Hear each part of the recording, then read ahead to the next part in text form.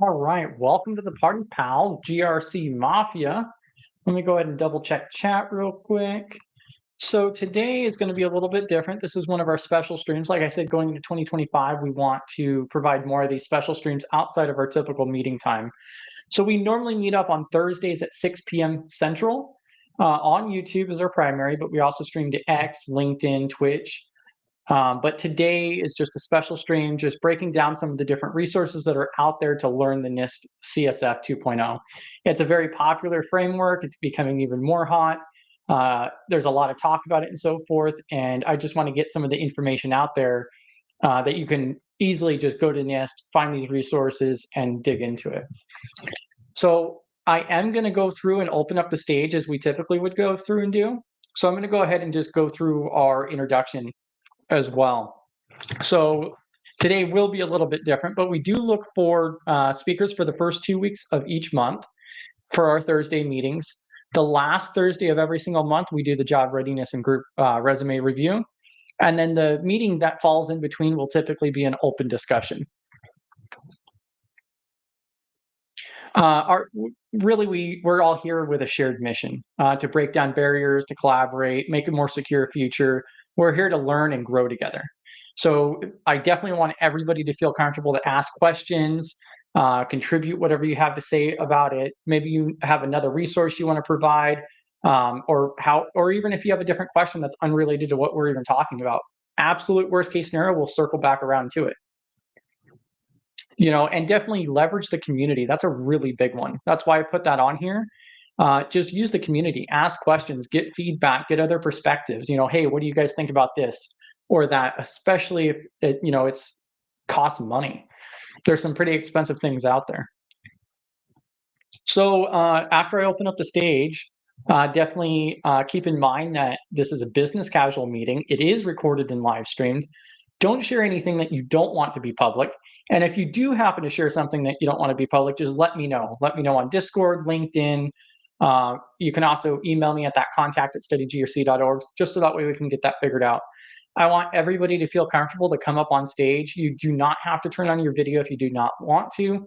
You could just come up and turn your mic on if you have anything to contribute. Ask your questions. You could share your personal LinkedIn. Now, the best way to do that is to actually join our Discord server, which I just threw into chat. And then you could drop your LinkedIn or social links in our live chat channel inside of the Discord server. And like I said, share resources or other topics or questions that you may have. So studygrc.org, I just made some different updates to this. Definitely take a look at that. That will take you to our other platforms as well and some other information like our resources page, the calendar, which we're slowly starting to build up a little bit more. And then also check out, some other cool places like simplycyber.io, which I think all of you guys are probably aware of by now.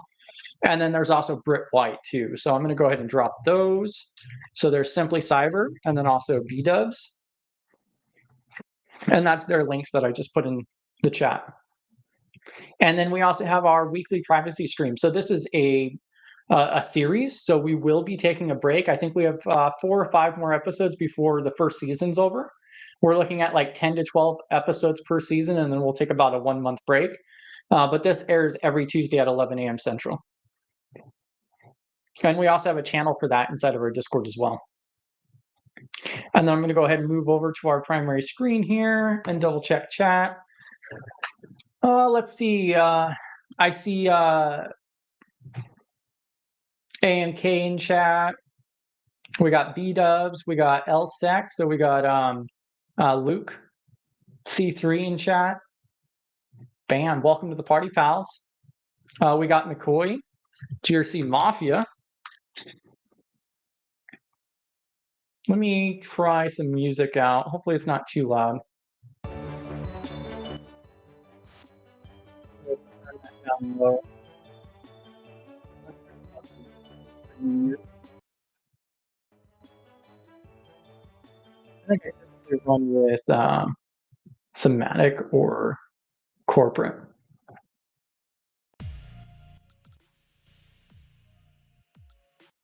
Let's go ahead and try corporate, and then we'll go ahead and dig into this. So I wanted to start this out with just covering some of the main resources with NIST CSF 2.0, some of the primary locations, and then we'll actually go into the document itself. Again, if anybody has any questions, definitely drop those in chat. All right. And then I'm going to go ahead and drop this stage link as well. So again, I want everybody to feel comfortable to come up here as well if you want to contribute anything on this end of it. All right, so with the NIST CSF 2.0, this is going to be the main page. And I'm going to go through and cut down this video as well, but this is going to be the primary page for it. We are working on building this website here. And so if you go to nist.studygrc.org, then you will find our NIST page, which is currently under development, but I do have some of it loaded in there. And you can see it up here on the screen right now. So we have some of the primary NIST pages, like the glossary, the latest from NIST, the publications, and some of the main documents in the GRC realm. And then I'm loading in the different frameworks, which we're looking at doing what I'm doing here with the CSF, where we just have a brief description about the framework itself, and then resources to learn that framework, to actually dig into it. And so you'll see right here that we have a link to the main page, which is what I just had up a moment ago. The CSF 2.0 reference tool, which is extremely useful, which we'll take a look at in a moment. And then also the Trello board that we have. And there's also this other visualization for it as well. So like I said, the very first thing is the home page, which I also dropped in chat. And I'll probably go through and compile this in the description for a lot of these links afterwards too. On this main page, you'll see a couple of these videos. This is a very short introduction on the left. And then there's, I believe, about a 30-minute overview on the right-hand side. I think it's only about, yeah, it's 40 minutes. And that's directed for small business, but it still gives you a good rundown on the framework. Now, if you're not familiar with NIST, they do all kinds of different publications. They do all kinds of different stuff. If you look at their main page, they do a lot of different things. But what you'll typically hear, at least in our space, is going to be like CSF 2.0, the RMF 853, 800 171. You also have like 161, which I think is third-party supply chain. They have the privacy framework. They also have like the AI framework too. A few weeks ago, we were going over the 850. So on this main page, though, you'll see informative references, profiles, quick start guides, all of this information. I highly recommend, if you're trying to learn CSF 2.0, to go through and just start digging into it. You can't really go wrong by digging into any portion of this, and you'll just kind of navigate your way through. They do have like this little roadmap here. You know, you could go ahead and just start with the primary document, which is what we're going to do in a moment. And then they have like quick start guides, which I'll go ahead and open that up real quick. And so you'll see like organizational profiles based on like what type of organizations. You can see like supply chain management, some of the different tiers, the risk management portion for the ERM. And this might not make too much sense right now, but as we go through it, or as you start compiling all of this together, then it'll start making more sense. And then the other resource here is this CSF reference tool. And so what is so unique? Let me go ahead and throw this in chat real quick too. So this reference tool is extremely valuable. So the benefit with this is it gives you examples. All right, it gives you a little bit more clarification for the different controls. And I'm zoomed in on here, but definitely go ahead and open this up for yourself as well. And this is through the NIST website too. And you could see here, like I'll just go scroll down and pick a random one. Let's see. So GVRR04, cybersecurity is included in human resource practices.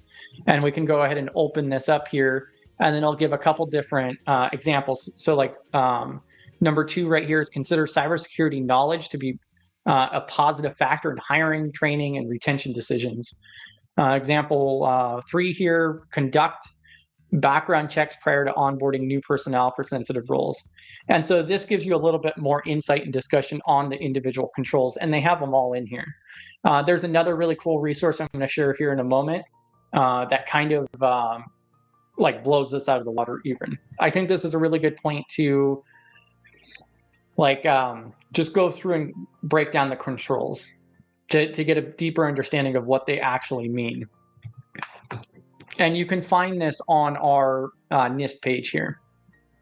So like I said, this is under development, but it's going to be the CSF 2.0 reference tool, which just links out to that NIST page.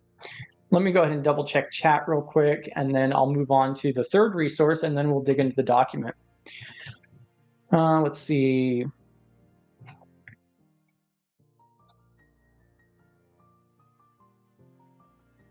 Oh, welcome AB and Nada, and I saw McCoy there.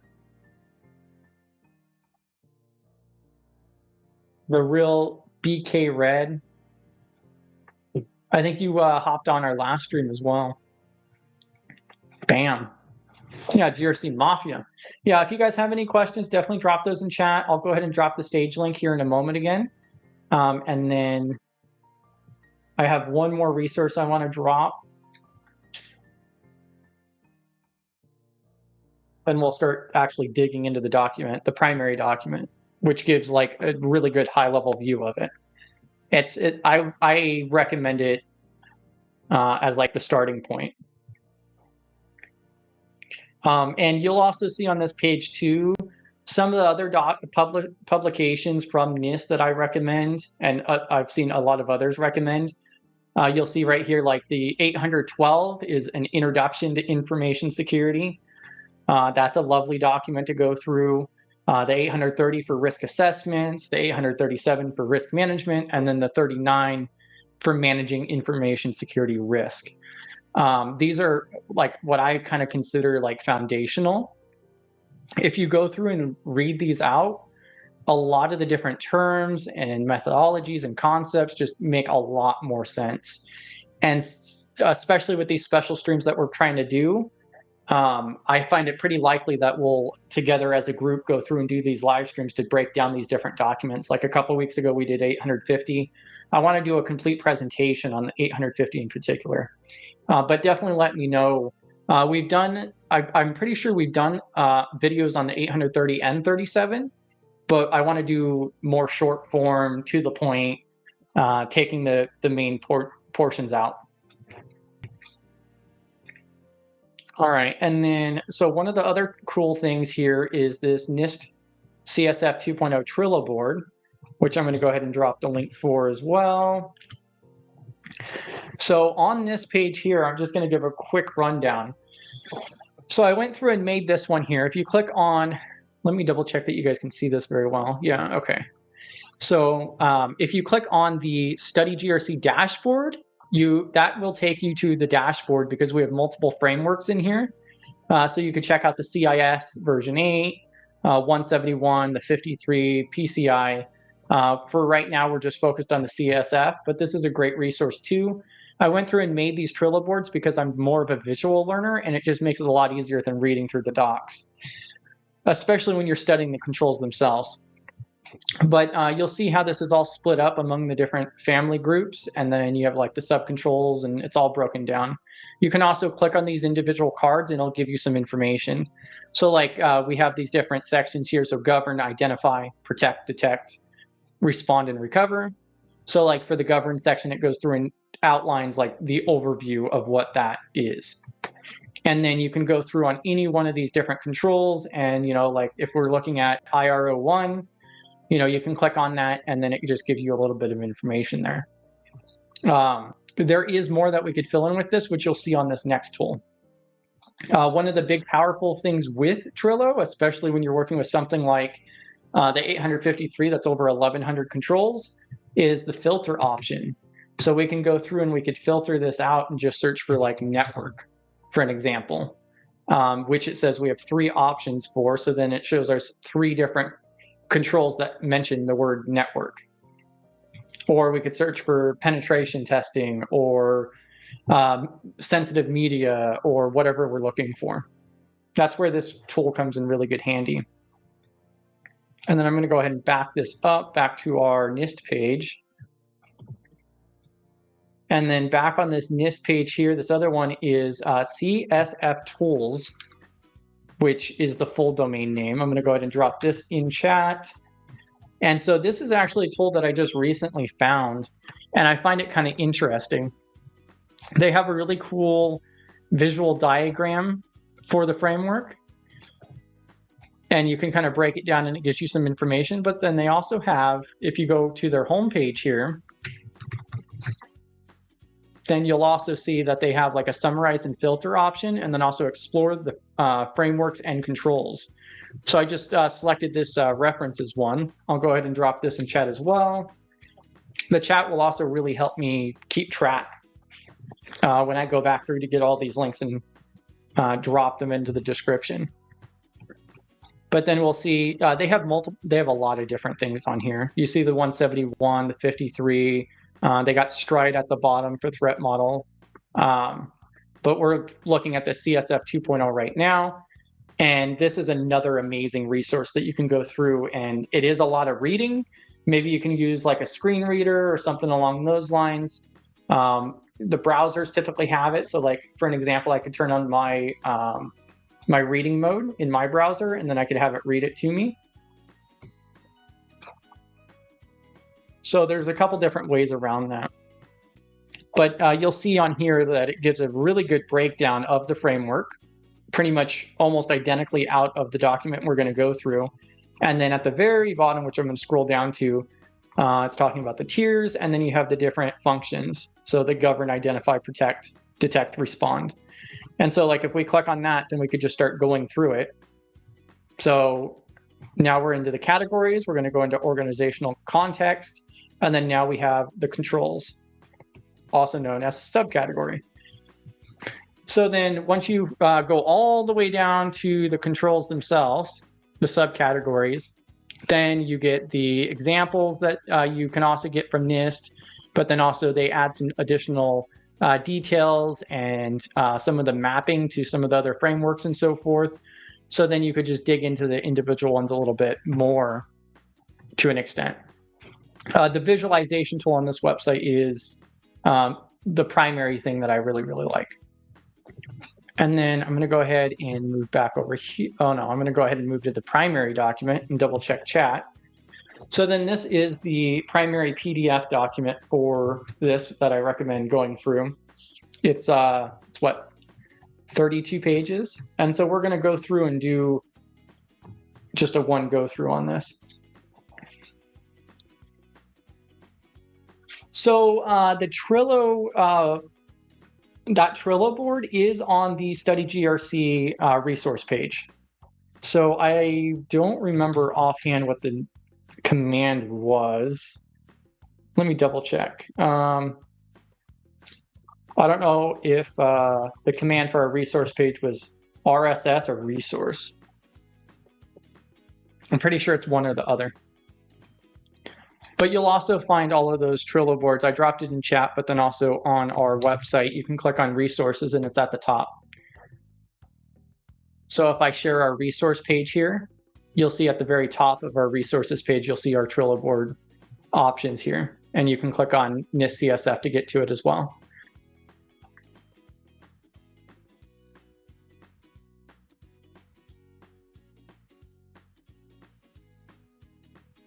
We might have to double check the command for our resource page link. But I hope that answers your question there, Nana. Welcome to the party, pal, Larry.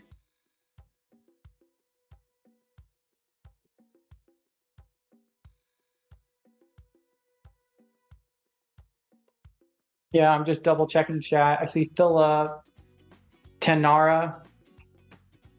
Bam, GRC Mafia.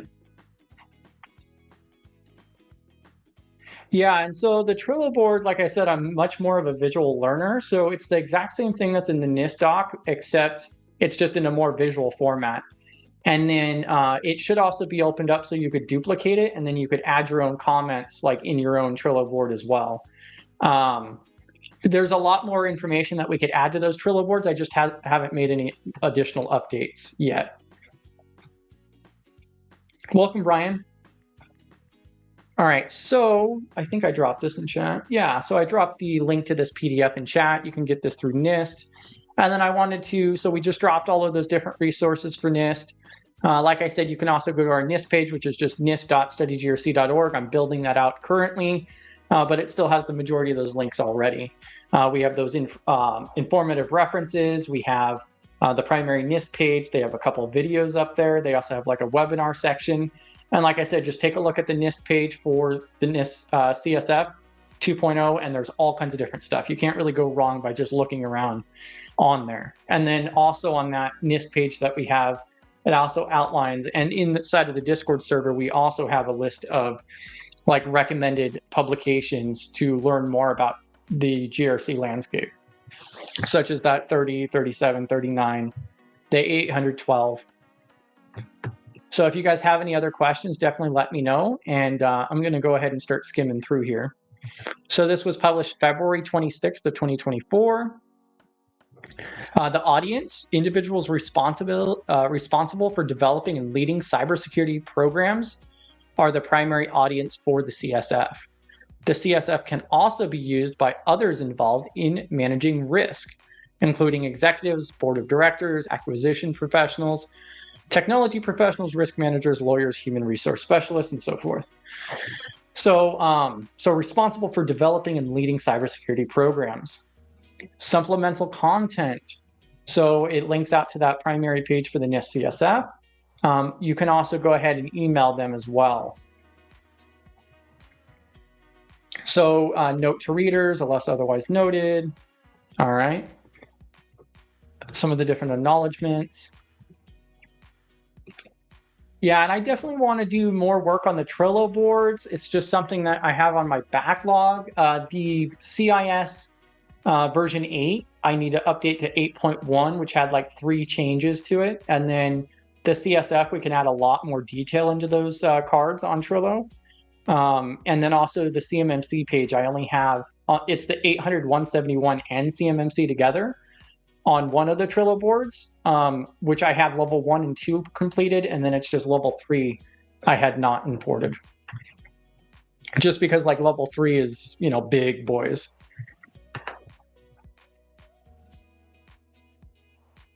All right, so now we're kind of on the table of context here. And so you may be familiar with a couple of these things, but this is like where it gets kind of interesting, because when you jump from like CMMC and CIS over to like CSF or RMF, when you move around on some of the different frameworks and standards, then you'll kind of notice that the same things get called different things. So, you know, you have controls, which are like subcategories and all kinds of different stuff, but it kind of makes a little bit more sense when you get one of the frameworks down and then you look at another framework and you're like, oh, okay, so this is the family group, and then this is the the category, and then subcategory, and then control, or however way it maps out. But now you have like the introduction to CSF, we have profiles and tiers, and then it just gives you a little bit of more information here too, and it gives you more resources to go look at. So let's see, let's go ahead and skim down here. So this is going to give just a very basic overview. So the CSF core, the nucleus of the CSF, which is the taxonomy of high-level cybersecurity outcomes that can help organizations manage cybersecurity risks. So that's the core framework itself. And then you also have organizational profiles, which it explains here. So organizational profiles, the mechanism for describing an organization's current or target. And later on in this document, it's going to give a really good visualization of what it means by organizational profiles. They also have a great page just for organizational profiles to dig more into that. But it's pretty much like where you're at and then where your target is. And, you know, it's your current posture, your maturity, which is where like the tiers come in. So CSF tiers, which can be applied to CSF organizational profiles to categorize the rigor of an organization's cybersecurity, risk governance, and management practices. They could provide context on how an organization views cybersecurity risks and the processes in place. And then you see here, like some of the stuff we already went over, the main page, the informative references. They also have a whole section on implementation examples, which I believe on the implementation examples, so that goes out to the Excel file. Let me go ahead and pop that open real quick. But there's also a section off of the main CSF page that even has case studies.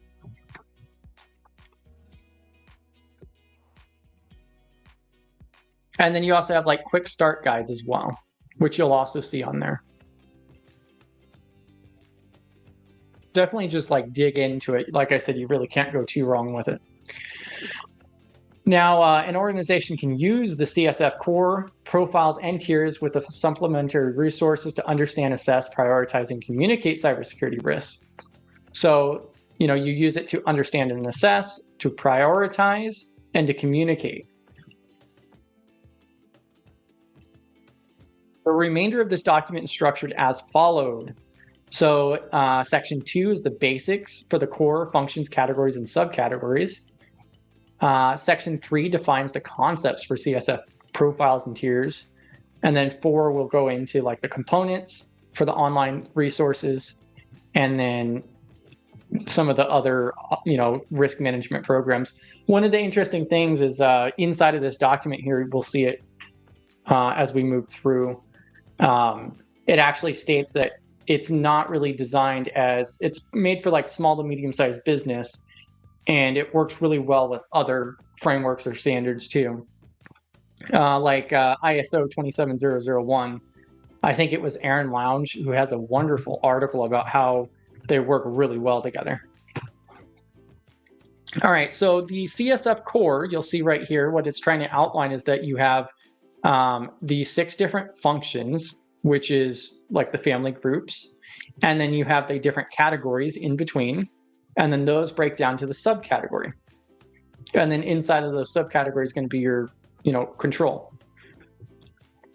And so out of these 6 different ones, we have govern, identify, protect, detect, respond, and recover.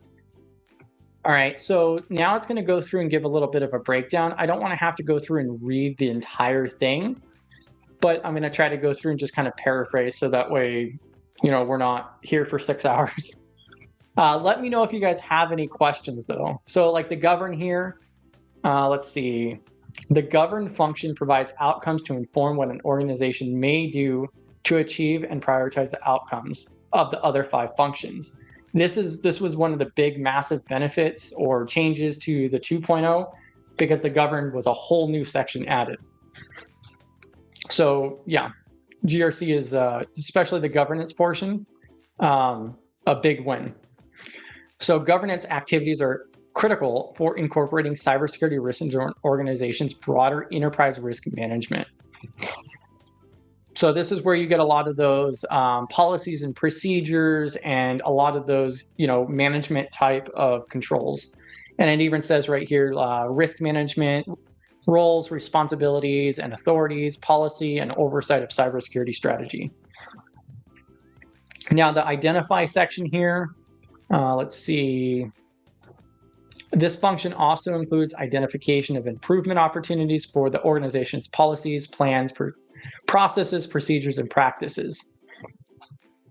So the organization's current cybersecurity risks are understood in understanding the organization's assets. So identifying is going to be, what, like your asset inventory, what do you have, what, you have to understand the business itself in order to find what risk you have, type of thing. And this is also where it states right here, the mission needs identified under govern. The protect category, so safeguards to manage the organization's cybersecurity risks are used. So the protect function, so securing the hardware, software, services of physical and virtual platforms, the resilience of technology infrastructure. And this is a really, really big one as well. So utilizing tools and so forth to actually protect your infrastructure for that cybersecurity resiliency. So yeah, right here. So protect supports the ability to secure those assets to prevent or lower the likelihood. And I think a really cool thing that we could do here actually is pull open that Trello board, and we could show some examples as we go through this as well. So right here you have the govern section. So like for an example, you'll see organizational context, like the organization's mission is understood and informed cybersecurity risk management. You'll also see risk management strategy. So risk appetite and risk tolerance statements are established. So you need to have like, so it says communicated and maintained, established risk appetite and risk tolerance. So you need to have actual documentation and like sign off for what the risk appetite is. What is the risk tolerance? That needs to be like in paper and understood through the organization, and that's through the govern. I'll give one more example here too. So oversight underneath governance, we also have the cybersecurity risk management strategy is reviewed and adjusted to ensure coverage of organization requirements and risks. And then we were just now breaking into protect under that main document there. So like identify, we have the asset management, risk assessment, and this is underneath the identify.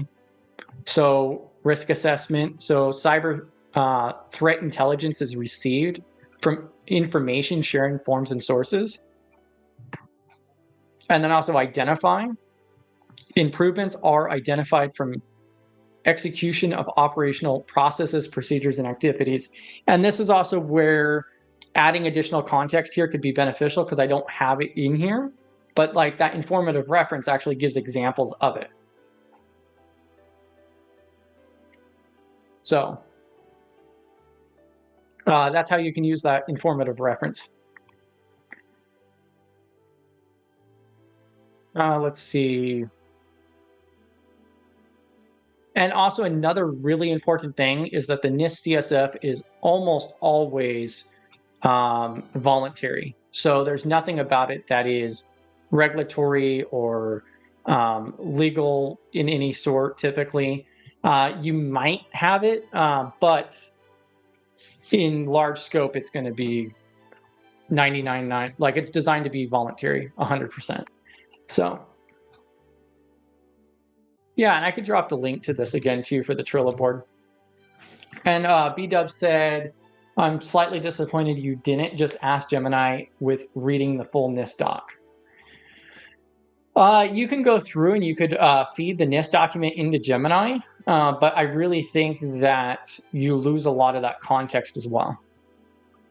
So the actual wording that they utilize, especially when you're going through NIST, that's why I really think that going through the NIST documentation is so valuable and important. Just because the wording that they particularly use. You could definitely feed it into AI and ask it questions like, oh, give me a breakdown of what tiers are in the NIST CSF. And it's probably going to work for you, but I feel like the NIST documentation covers it pretty well. Let me see here. We also have AB. If I may, would NIST CSF 2.0 directly address threats from AI, IoT, and quantum computing? That would be a negative. Not directly. So I do recall some IoT in here to an extent, but AI, that's where the AI framework comes in. And then also, I think NIST, I think there's a draft right now. They either just released or it's in a draft for quantum computing. So the AI framework would be the one for AI, and then they're actually doing a publication for, let me go to it actually.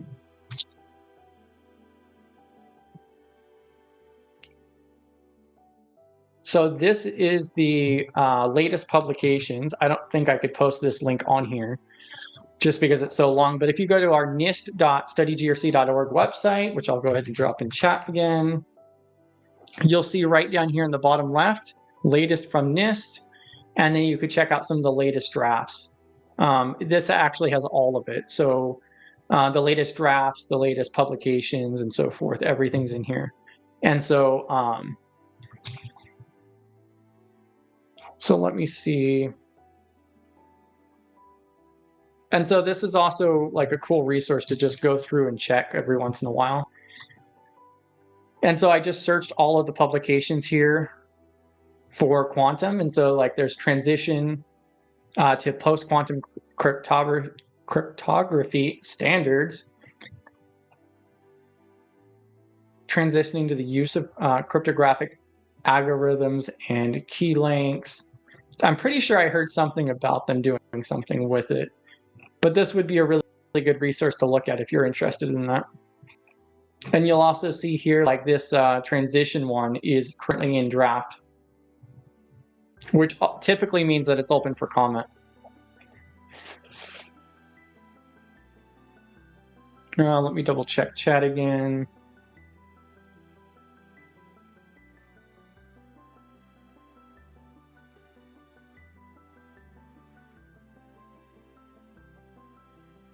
Oh, welcome to the party, pal, Albright.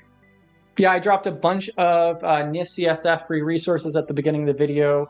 I'll cut those out and put it in the description. And then we were just going through the CSF document itself. And then I'm going to, as we go through the rest of it, we were just on the protect section. Then I'm going to go ahead and reference some control examples as well.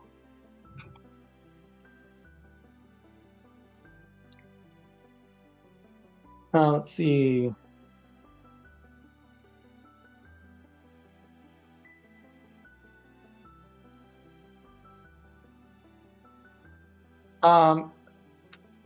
Yeah.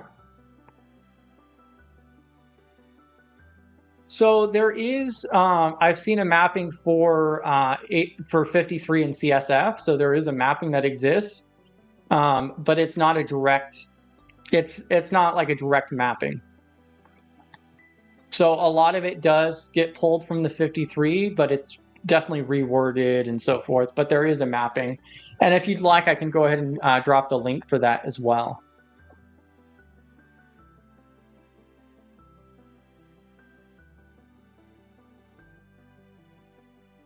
But my understanding with the CSF is that it's not directly pulled from the 53, but it's also pulled from other things as well, because the CSF is supposed to be like best practices, like bare minimum kind of thing to an extent. So it's a really, really good starting point. But it even says in the documentation that it's not designed to be run by itself. It's designed to be implemented alongside another framework.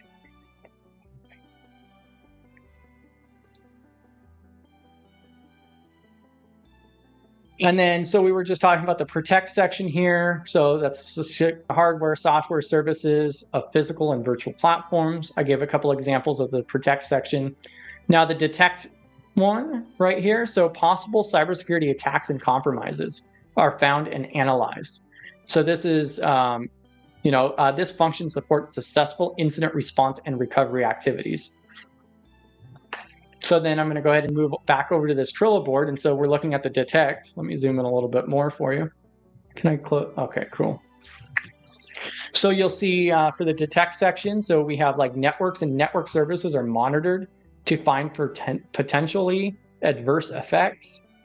Information is correlated from multiple sources. And let me go ahead and open up this other one here.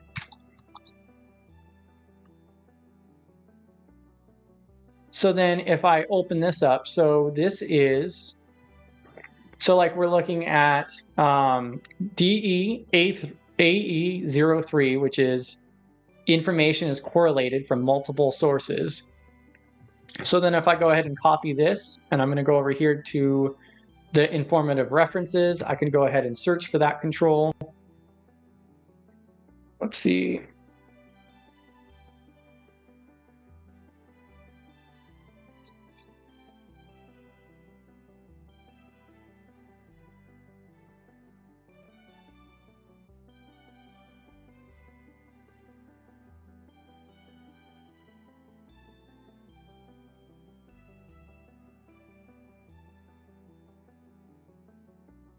Let me go ahead and pull this up here. There we go.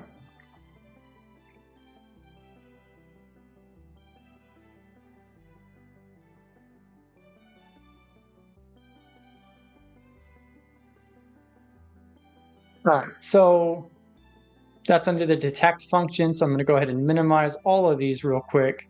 And then that was AE4. So detect. See.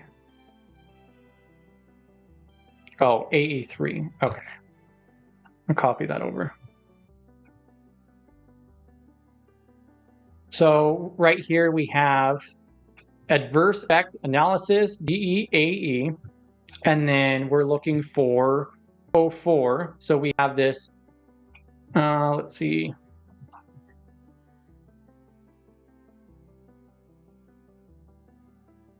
So information is correlated from multiple sources, and then it gives a couple examples. So for this particular control, consistently transferred log data generated by other sources to a relatively small number of log servers. Use event correlation technology, such as a SIM, to collect information captured from multiple sources. And so this is where you really start to dig into the framework and actually understand the controls, because you just look at the control itself and then you come to the informative reference, and then it gives you some examples of like, what does that actually mean? Give some additional context to it.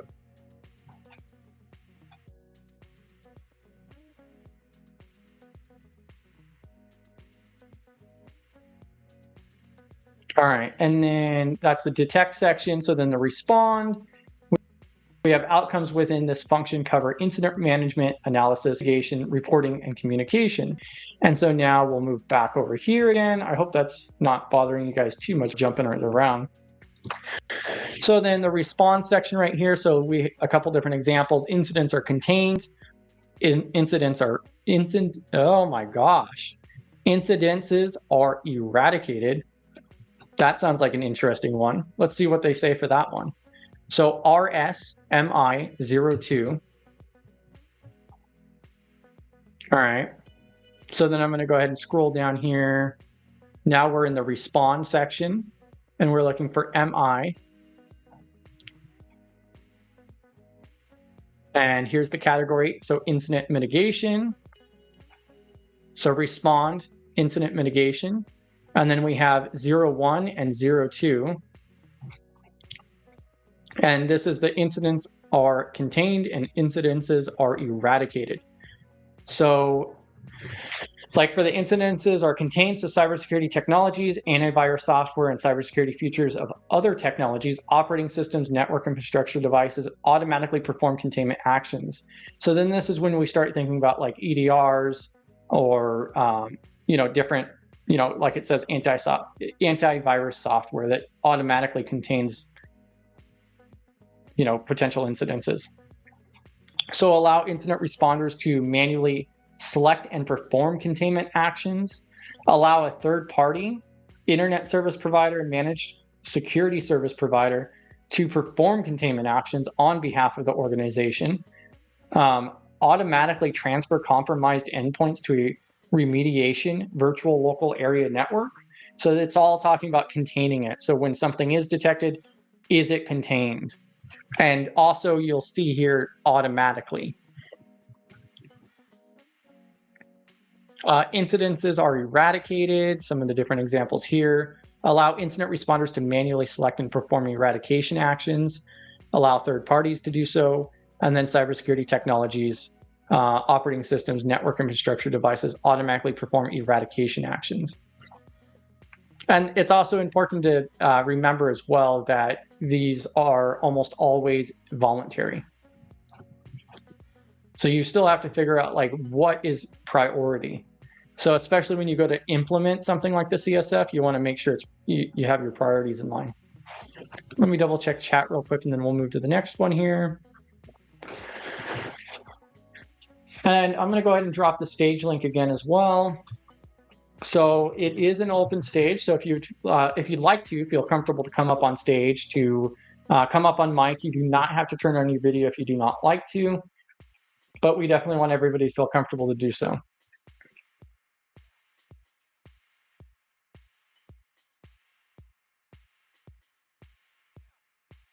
Yeah, Derek, I'll go ahead and grab that link for you here in just a moment.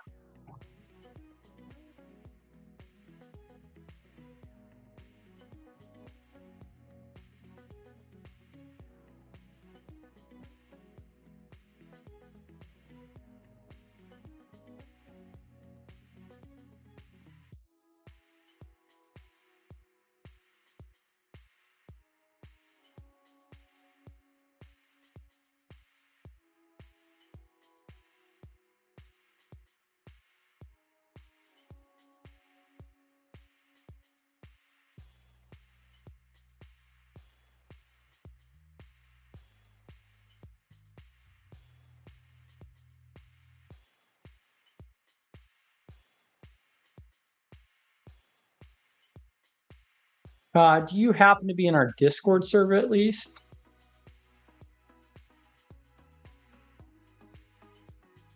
So I'm going to go ahead and post this in the live chat on Discord because that's going to probably be the best option.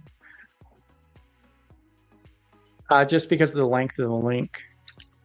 I don't know if it'll send through. But so, and so this one in particular, this is just one of the first ones I found here. But so that's for the R4. So 53R4, which the 5.1.1 is technically out, but the R5 is out now. That's probably a really, really good starting point. I have seen some of the ones for R5 though. And I could definitely get you a better link later as well. Did that send through properly? Perfect.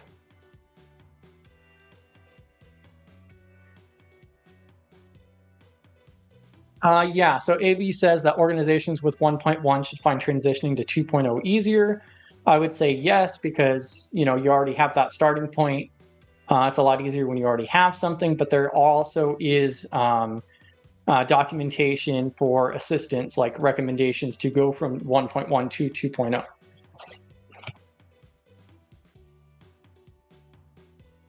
The recover section here.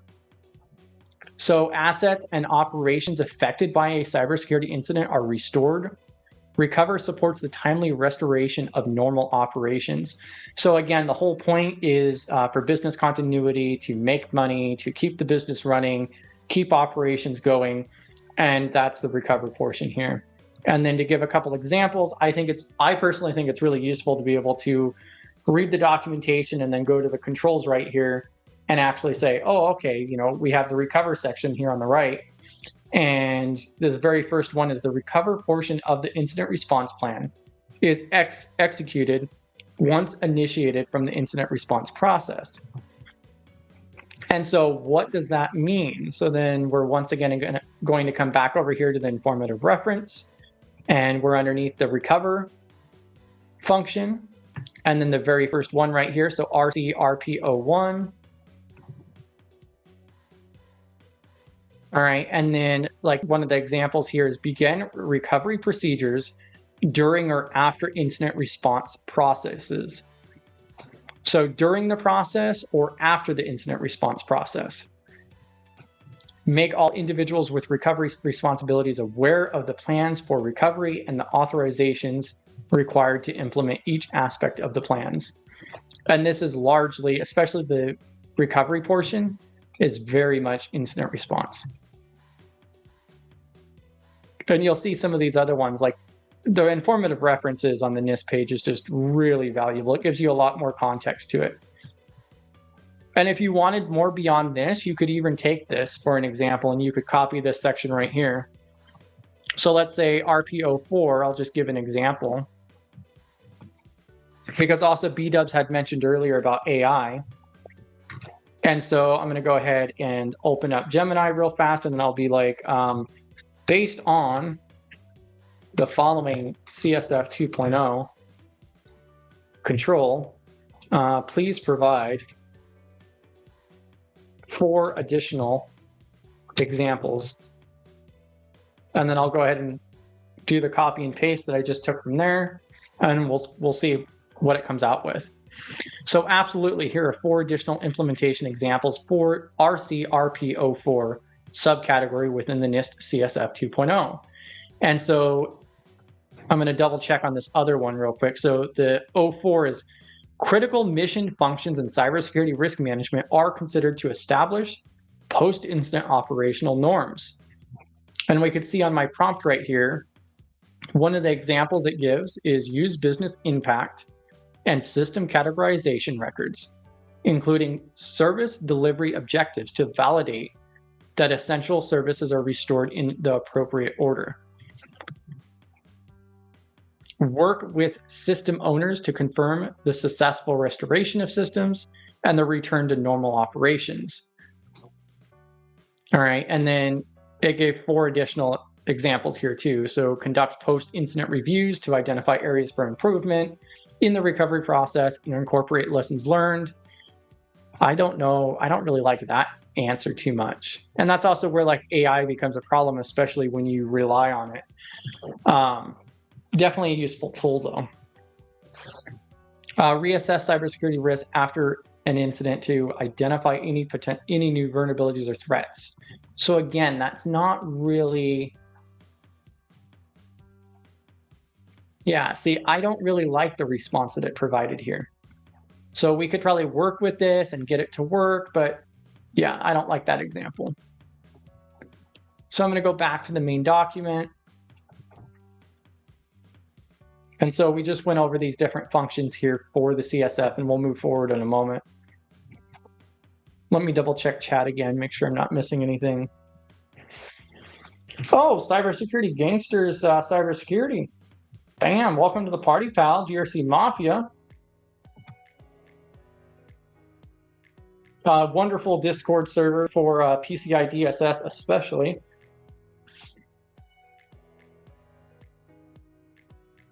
Oh yeah, and PBO's got a couple different videos.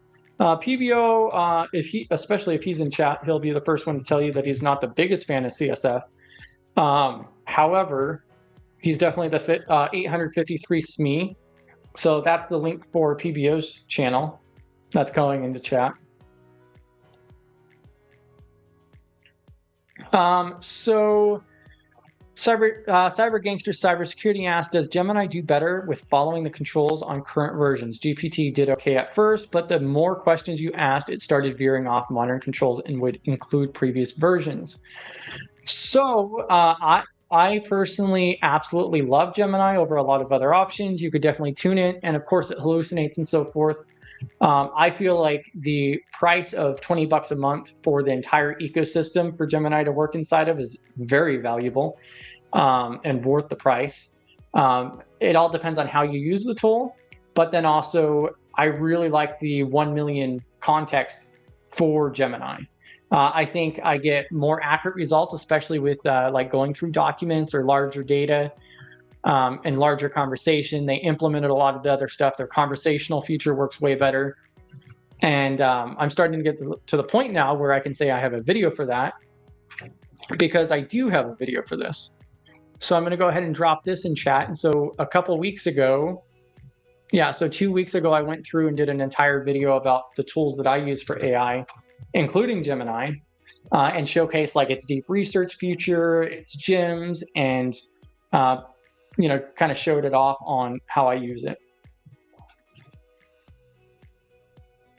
And a really important thing with that video is it also has the chapters in it, so you could skip through it. Yeah, and another interesting thing, so it's also mentioned here, so PCI Cancel has a cross mapping to the NIST, so cross into PCI. It's also been shown. And so like ISO 27001 is using CSF controls as well, and it's integrating. So we'll see how things move forward. So like I've tried Claude before. I think Claude is pretty good at writing skills, but I haven't been able to find anything that quite compares to the analytical portion. So when you're actually processing files and so forth. I feel like Claude falls in like 3rd place, unless you're doing like writing, in my opinion. I mean, of course, they also came out with, what is that, like 3.5 Sonnet or whatever it is. I find it's primarily useful for writing. And like ChatGPT, the only benefit I personally see with ChatGPT is working with the file portion. I think they do a really good job with that portion. But like the conversational feature, when I tried it out a couple months ago, was just fail, fail, fail, fail. And that was really the breaking point for me on not even giving ChatGPT another try. So I've fully converted over to Gemini now.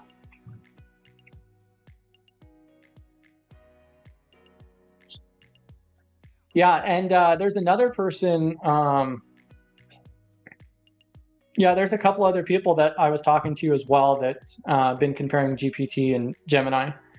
I think just the additional features, like previously, I would say 6 months ago, ChatGPT had more features than Gemini. Like the memory and conversational speech was a little bit different. They didn't even have that until like 3 months ago or so forth on Gemini. But then also now with the Pro Edition, you also have it all integrated into Gmail. I could search my entire archive of files inside of using AI.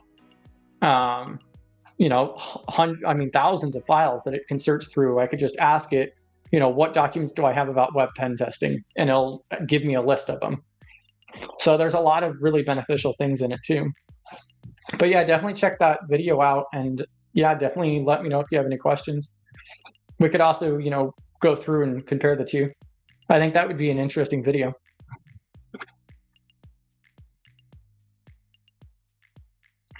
Yeah, and so like McCoy mentions that they all excel at different things, and it's up to you to experiment.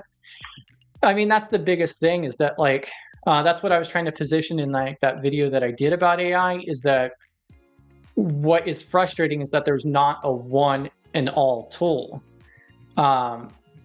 You know, they all kind of specialize. It's just like one of the other tools I mentioned was Gamma, which I was literally only used for making presentations. But it's way more powerful than any of the other AI. You can't use ChatGPT or Gemini in the same function as Gamma. So yeah, and it's the same thing like even with the text bots is that each one kind of has its own higher quality on something. And I think like with Claude, in my opinion, I think it's the writing style.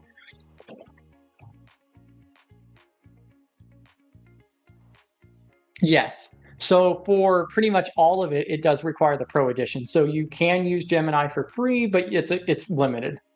So I'm not a fan of multiple subscriptions, and that's one reason why I kind of jumped around with different AI over the last couple of years. And I don't keep more than one. Like it's just kind of pointless for the text ones at least. But like I said, I mean, there's a lot of features. Notebook LM is another one I showcased in my video about AI. I do use Notebook LM. Primarily, I use it for the podcasting feature that they have, but it can be useful. I don't use that as much, but it definitely has its use case as well. Yeah, and also like another big thing for me too is that ChatGPT I think is now $25 a month or something. And you just get way more value. Like I have 2 terabytes of storage. I have it all across the whole ecosystem. I very rarely ever have an issue with the conversational feature on Gemini, which is honestly what I use the most is I just ask it verbally.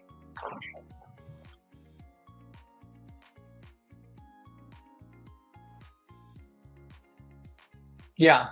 Yeah, and so like B-Dubs mentions another live stream, ChatGPT versus Gemini. So cyber gangster cybersecurity, we could line that up and both come up on stage. You run ChatGPT, I run Gemini, and we could just, you know, pin them against each other, see what we can do.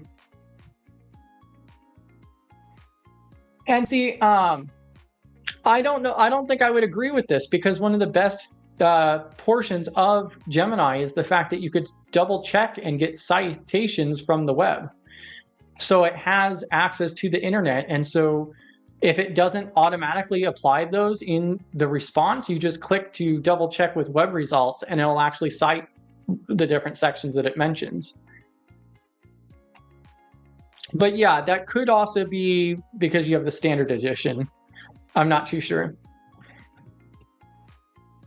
like I would probably say like maybe a 90% accuracy. Like none of the AIs are going to be 100% for sure. You definitely get hallucinations and so forth, but I see a large part of that also being the prompting.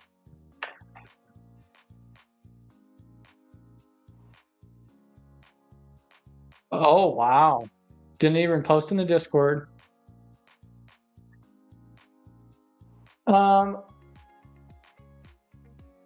and then AB mentions, I just found that PCI Council, December 2024, and NIST 853 as version 1.1. Are you like referencing on the fact that it's a coincidence, or?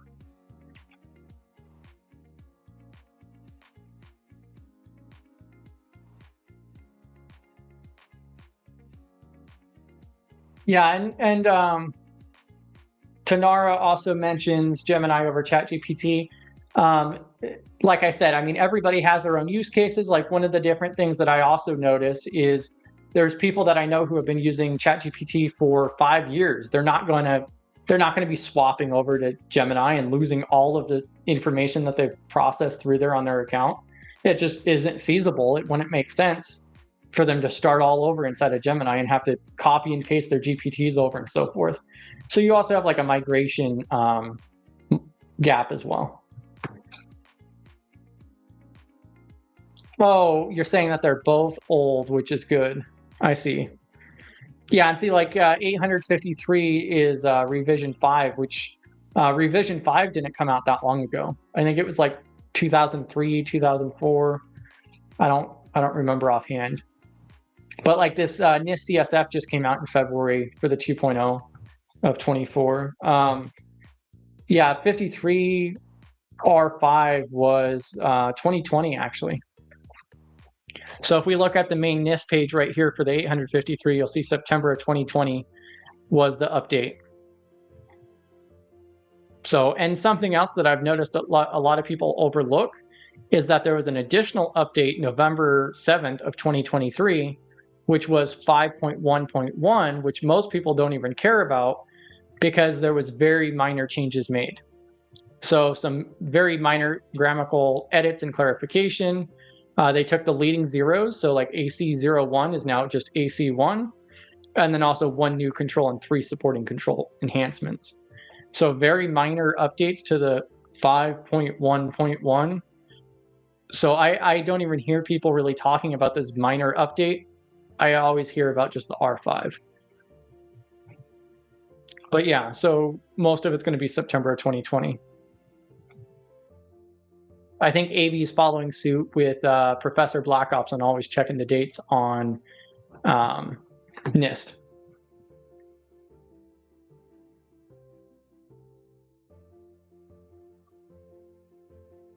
All right, bam. All right, so I'm going to go ahead and proceed a little bit further into this here. Let me double check this real quick.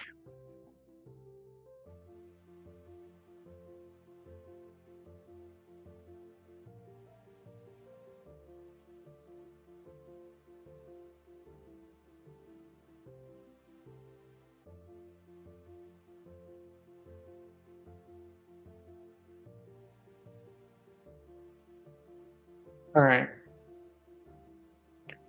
I want to go ahead and drop the stage link again. So if anybody else does want to come up, everybody's welcome to. You do not have to turn on your video, but if you want to join on audio, you're more than welcome to if you want to add anything. Yeah, and AB mentions the 5.1.1. Thank you. Also B-dubs mentions a similar thing with PCI. So 0.0.1 was another update. I thought there was a 4.1 now, but I could be wrong. But yeah, that minor update from RMF you don't even really hear about, or at least I haven't. I just happened to catch it on the NIST page one day.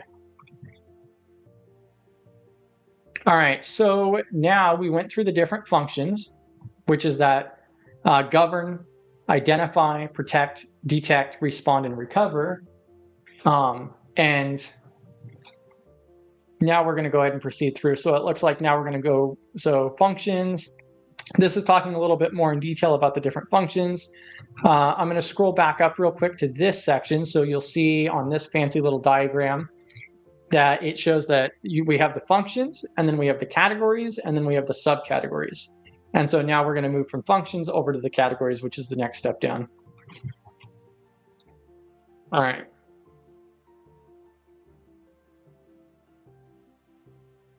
And that's the part that it's talking about right here. So the functions, categories, and subcategories apply to all ITC used by the organization.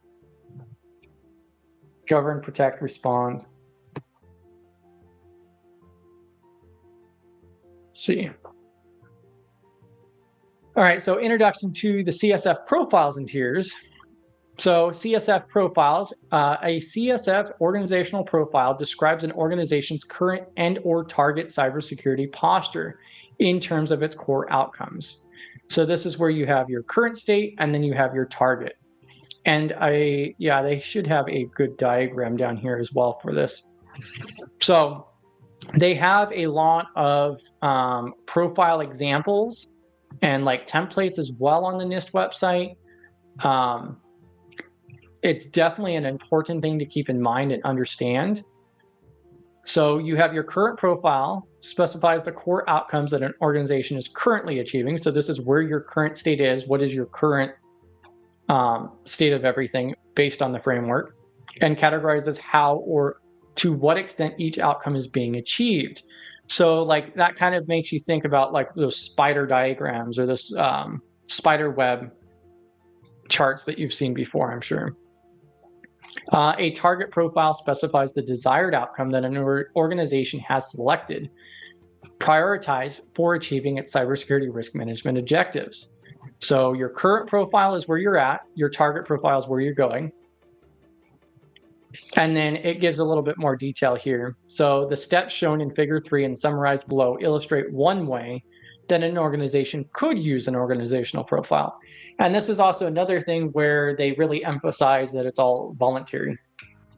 So there's multiple ways you could go about it, of course. I still think that the 30, 37, 39 publications are really great resources. And I'll go ahead and drop the link to this PDF again.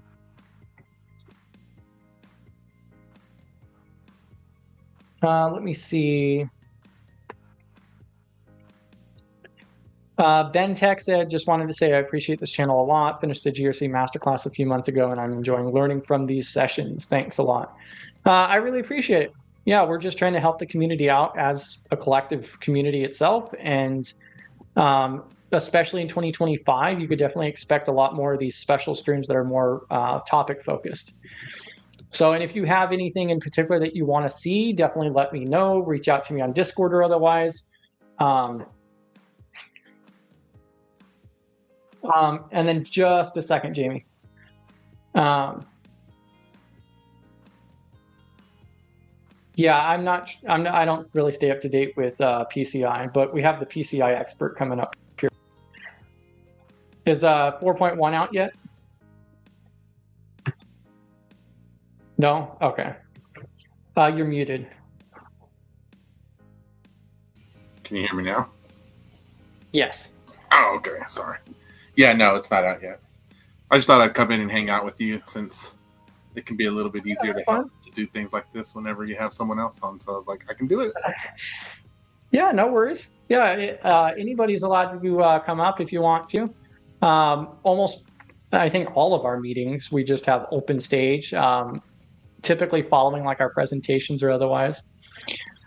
Let's see here. So now, and I dropped that link, right? Yes, I did. All right, awesome. So now we're going to break down a little bit more. We're coming up to almost the halfway point through this document. So this is going to go step by step of what their recommendations of one of the different ways that you could do this as far as the profiles go. So your current profile, your target profile, and then it has this diagram for the steps. We'll briefly cover each one of these. So like step 1 for your profile is going to be to scope the organization. So document the high level facts and assumptions on which the profile will be based to define its scope. For an example, a profile could address an entire organization or be scoped for organization's financial systems.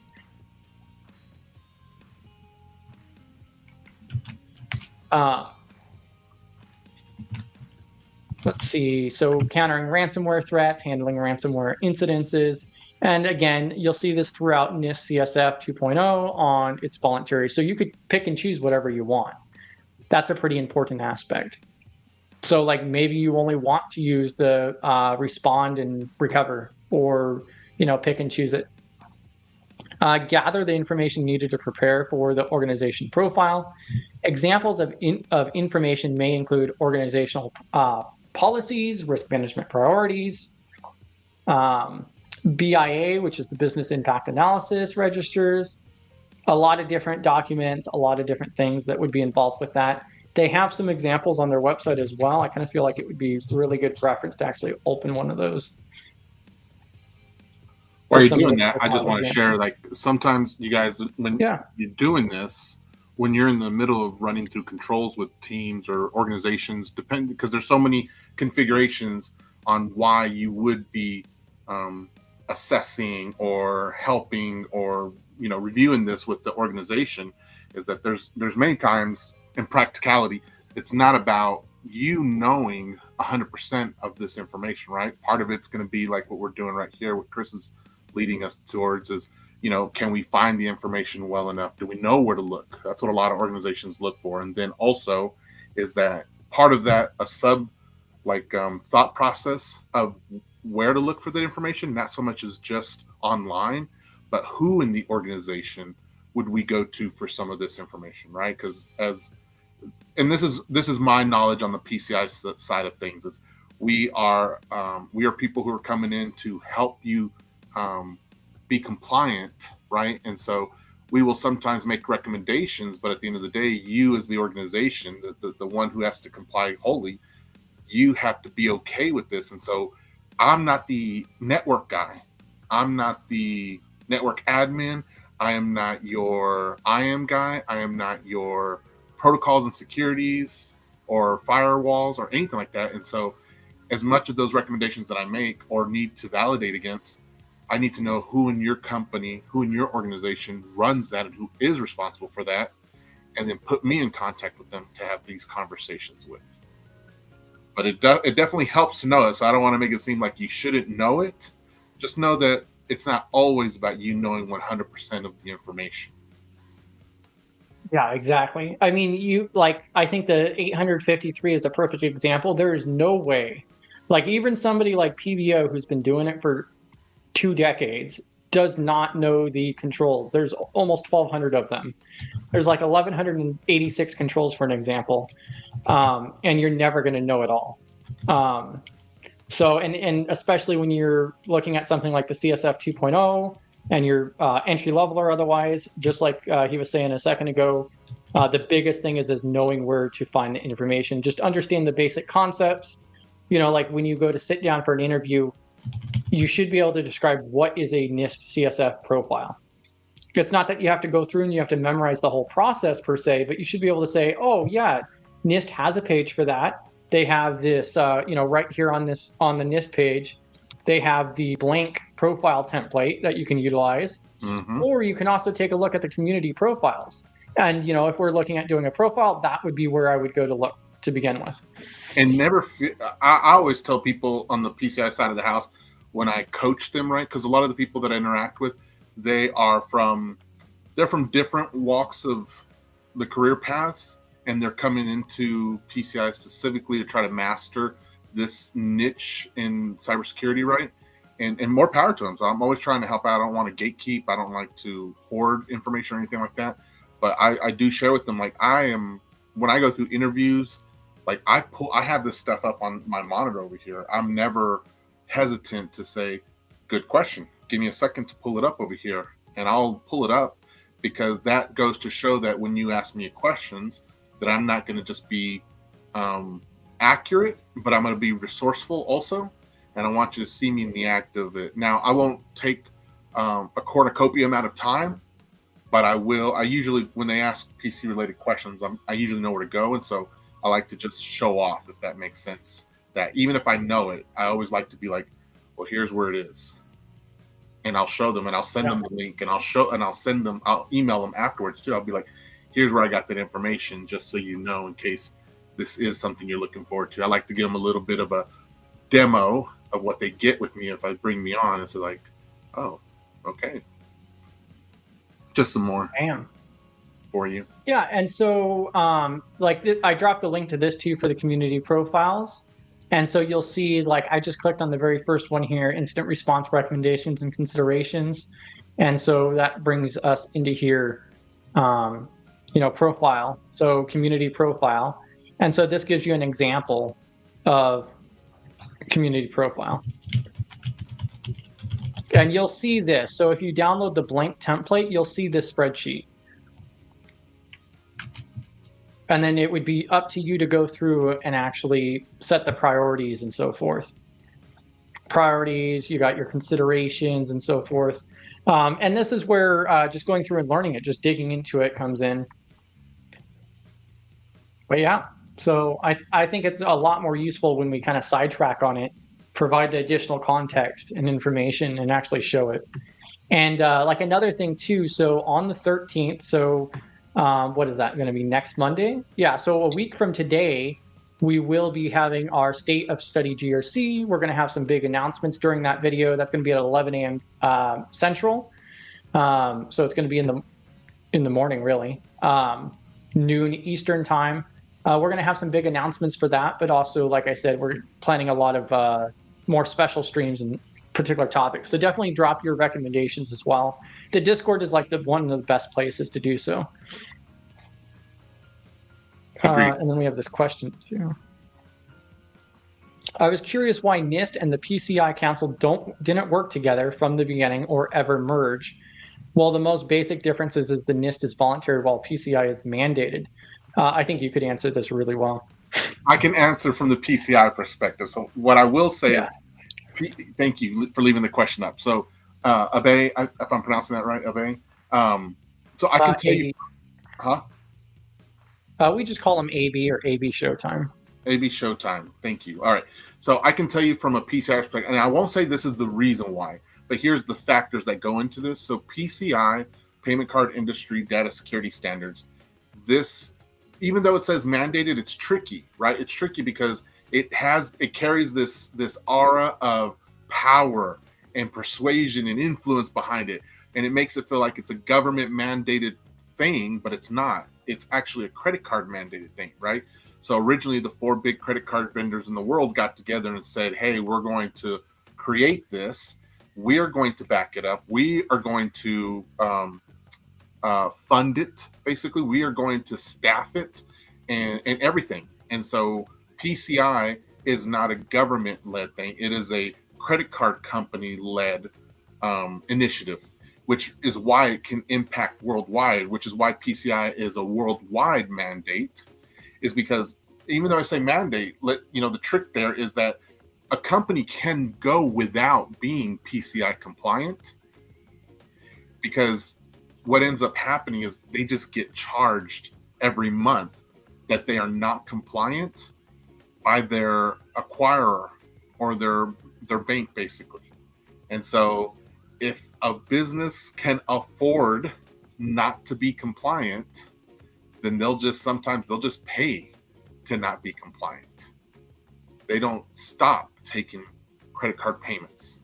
Although fines are heavily lofted against you for it. I can remember back when PCI first started. I've been around since the original PCI, when it was still the Visa and MasterCard data security standards.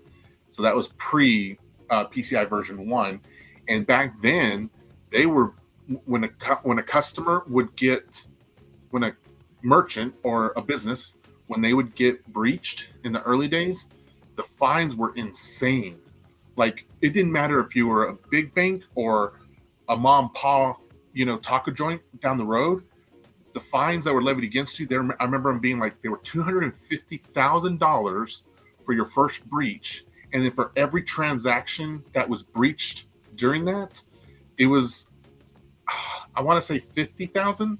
That might be wrong, but the point is, it didn't matter. Yeah. It was, the first fee was it would shut mom and pop places down. And it's so funny because I've told Chris before, and if you were around when I came on the first time, I think I even shared it there before. It's like I actually very much dislike PCI.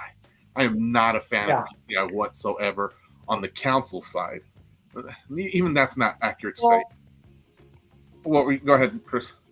What I was going to say is the fact that, like, I've also heard from many different people on the fact that PCI is compliance, it's not security. Right. Yes. And that's like one of the root issues with PCI. One of the many. And I've even heard from people that at times it could even be security theater.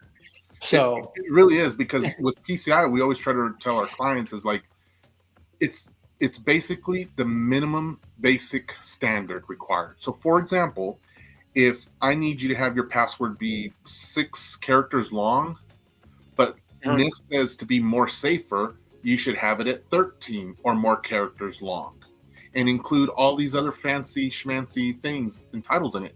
PCI will be like, yes, you can do that, but we're only requiring the minimum of 6. It's not 6 right now, but it was 6 forever. Okay. It's now 13, but you see what I'm saying? So with PCI, their thing, and that's what I mean when I used to be a big hater, for lack of a better word, on PCI, is because I'm like, you would give the basic security needs to a client, and you would tell them that they would need a router that did ABC, but you would never tell them, go out to Best Buy and buy this $130 router on the shelf, and that'll be okay. And I say that because I think I've worked with a lot of mom and pop shops, so more level 2, 3, and 4 merchants. Okay, in the PCI world, we can get that on another topic, but let me just say, those are going to be like your mom and pop places. They don't do a lot of money a year. Okay, they're a staple in the community, and so when you tell them to have 6 basic digits, et cetera, et cetera, et cetera, they look at that and they're like, huh? What does that mean? What do I do? Tell me what to go buy and I'll put it in and I'll do it. And PCI does not do a good job of doing that, unfortunately. And that's where I'm not a super supporter of. And so now this mom and pop place has to go and hire someone to navigate that for them and instill it into their business. Otherwise, what am I trying to say? The effects, the bad, impact to their business can be catastrophic for a mom and pop place, which, the last time I checked, it was like, what, 6% of America is mom and pop shops everywhere. And so it's like, it's terrible. I know there's been a ton of comments, man. I'm sorry. I've been talking for a long time. Oh, no, you're good. It's mostly the bot right there. Oh, okay. Yeah, you're good. I will say from a PCI perspective, the reason that I won't say they don't work together, but the reason they didn't probably start off together is just because it was Visa and MasterCard originally who was like, yo, we need to do something. And if you know the story, like I know the story because it pisses me off. So the story behind it originally, right? So Visa and MasterCard sat on their tail for 30 years, raking in the fees. For 30 years, just raking in fees from customers and clients alike. And this was a time when Walmart was actually more pro-consumer than we feel it is today, right? We can say whatever we want, but there was this time. So Visa, MasterCard would just imagine all the credit cards, put all the credit cards on the level field, okay? And it cost all these different fees. No, let me go back. Let's say it costs the same fee for all these credit cards and debit card types. So then Walmart Visa, MasterCard, they would just get $5 for every single transaction. It's not $5, but I'm just saying, just follow with me here. Yeah, okay? As an example. Yes. Yeah. So they would just get $5 for every single transaction. Walmart didn't like that because they're a big company, right? They would say, wait, you're charging me $5 for every transaction, but every credit card type is different and doesn't charge the same fee. For example, a business account with high rewards probably has a higher annual fee, but no monthly fee, versus one that gives you lower rewards has a higher monthly fee and even a higher yearly fee. And so we get charged more for that card to process at the business. So if each of the credit card types gives us a different amount that we have to pay for, why are you still getting the same amount for everyone? And so because of that, Walmart took Visa and MasterCard to the bank. They took them to court and was like, this is and they won. And so because they won, Walmart couldn't, Visa, MasterCard couldn't charge the same pricing for all credit cards and debit cards. They had to figure out tiers, correct pricing for it all. And so that's why, because of that, that helped jumpstart a little part of the PCI that we have today, is because of that. So yeah, that's why a credit card. That's like a complete run through on some dark history of PCI. You can make a presentation of that dark history of PCI. I like that. I have to remember that, Chris. You're so clever when it comes to the names of things. So yeah, it's pretty brutal. I think that would be a really good one. Yeah, I got to be careful. Yeah, and so up. Right. We'll get that video lined up next. Yeah. So we just went through and I showcased the organization profiles. So there's those different templates. They have a blank one from the main NIST page for NIST CSF 2.0. I dropped those links in the chat as well. They have a blank one, and then right next to it, it showcases the community profiles, just for an example of like what it would look like, what the outcome is. When you download the blank one, it's just an Excel file, and that's one of the reasons why I was saying like our state of study GRC next Monday is a pretty important thing, because like we've talked about before, is building out a complete program, doing more hands-on. That's what we need in this industry, and that's what we're going to try to focus towards as well. So you can look forward to that too. More details to follow, of course. And then moving to the next step here, so create the organizational profile, determine what types of information the profile should include for the selected CSF outcomes. So that's where you're looking at your target profile and you're saying, hey, these are the ones that we want. So you need to understand like where you're at, what you have already, and then where you want to be. All right. And then consider the risk implementations of current profile to inform target profile.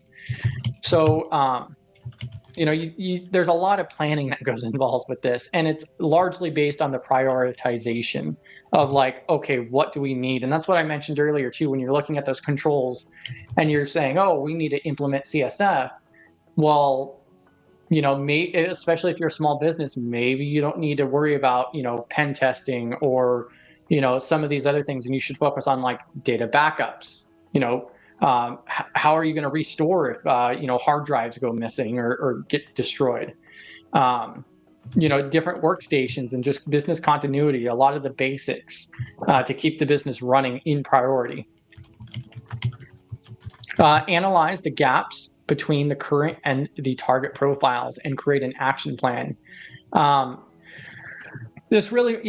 So that's what I was just going to say is POAM. So PBO loves talking about POAM, so plan of action and milestones. It's kind of too bad PBO's not in chat right now, but he has numerous videos about POAM. So that's when you're actually going through and you're planning out. Like you could think of it like a Gantt chart where you're like, okay, so this is what we want, and this is our plan and strategy. So within 30 days, we're going to have this done and this done, which is going to bring us up to this level, and you're just planning it out exactly what it says: actions and milestones, which is just abbreviated down to POAM. Let me zoom in a little bit more.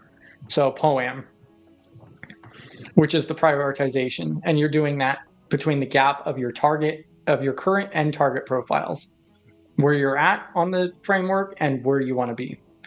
And what's good? Implement the action. Oh. Do what? Sorry, let me just say real quick on that, because I've run across this sometimes. There'll be times where you might be looking at someone else's gap analysis and have to translate that, not just within the.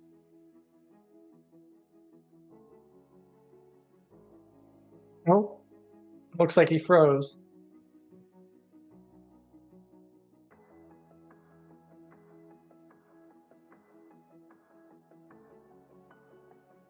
Yeah, it looks like he froze up there.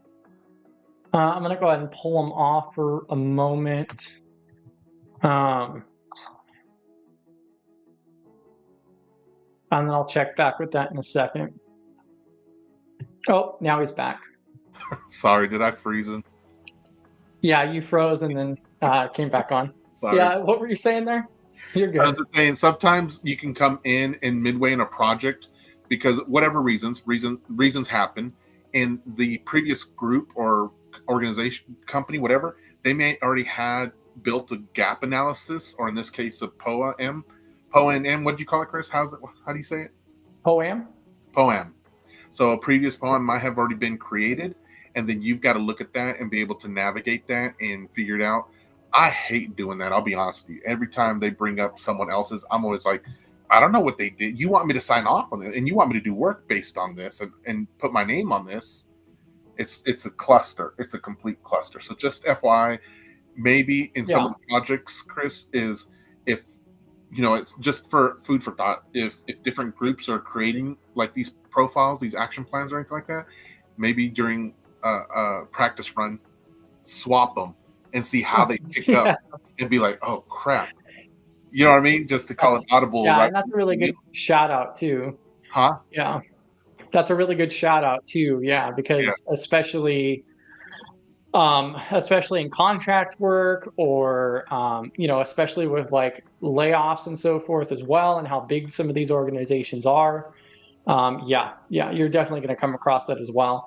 And that also brings us back to a very common topic that we talk about is always get it in writing. So it is not your job or responsibility to sign off on risk or risk acceptance. You need to have the proper shareholders, sign off on that and agree to that. Send an email, do something. Mariana, Do what? did you giggle because of Mariana? I saw Mariana's post. Yeah, with the weather. Yeah, with the weather we're having, I don't blame him for freezing. Yeah. I appreciate Right? it, Mariana. You're my new best friend. I mean, what? It is. Oh, it actually warmed up a little bit. So it's only 6 degrees now, but earlier it was -12. Oh, where are you? North Dakota. Oh, okay, yeah, that makes sense. Because I'm sitting at a balmy 26 degrees right now. Right. We're over here sweltering, bro. Sorry for you. Oh God. All right. So yeah, that's a great shout out there. Yeah, and then implement and also another really key thing here too is like the poem. This is also where background experience and so forth with project management also comes in because I mean that's where it really closely overlaps as well. That's where project management really helps in. Speak up, guys. And you'll also Like, see people with like PMP. yeah, and yeah, don't be afraid to speak up during these times because during during the gaps analysis, there's so much involved in it, and you might have a specialty that lends towards a piece of it, and if you do, speak up and share about it. Grab that piece of it and be like, look, I'm not as strong maybe with this area, or that area, but I am definitely strong in this one, and I can tell you, as far as this is concerned, here's how the plan should go, and run with it. That's just my advice. Yeah. Yeah, and I heard that it's pretty crazy over there right now. I talked to somebody like 8 inches of snow or something. Jeez. What is DMV area? I'm not familiar. I think they're referring to Texas. Oh, really? Yeah, or like also Washington. Yeah, Washington got a lot of weather as well. AV Showtime. How's the weather out there? I'm in Central Let Illinois. us know. We were supposed to get I can't go back to Illinois. It's not as bad right now, but we were supposed to get like up to 5 inches of snow, which I was like, but we didn't even get 3. Since I already put it out there, so I am going to avoid Illinois as much as possible because I drove through the state one time and I got like $75 in toll fines. They're so whatever. tricky. Oh yeah, literally, I just drove through. I was in the state for 2 hours and got like $75 worth. It was like outrageous, and he froze again.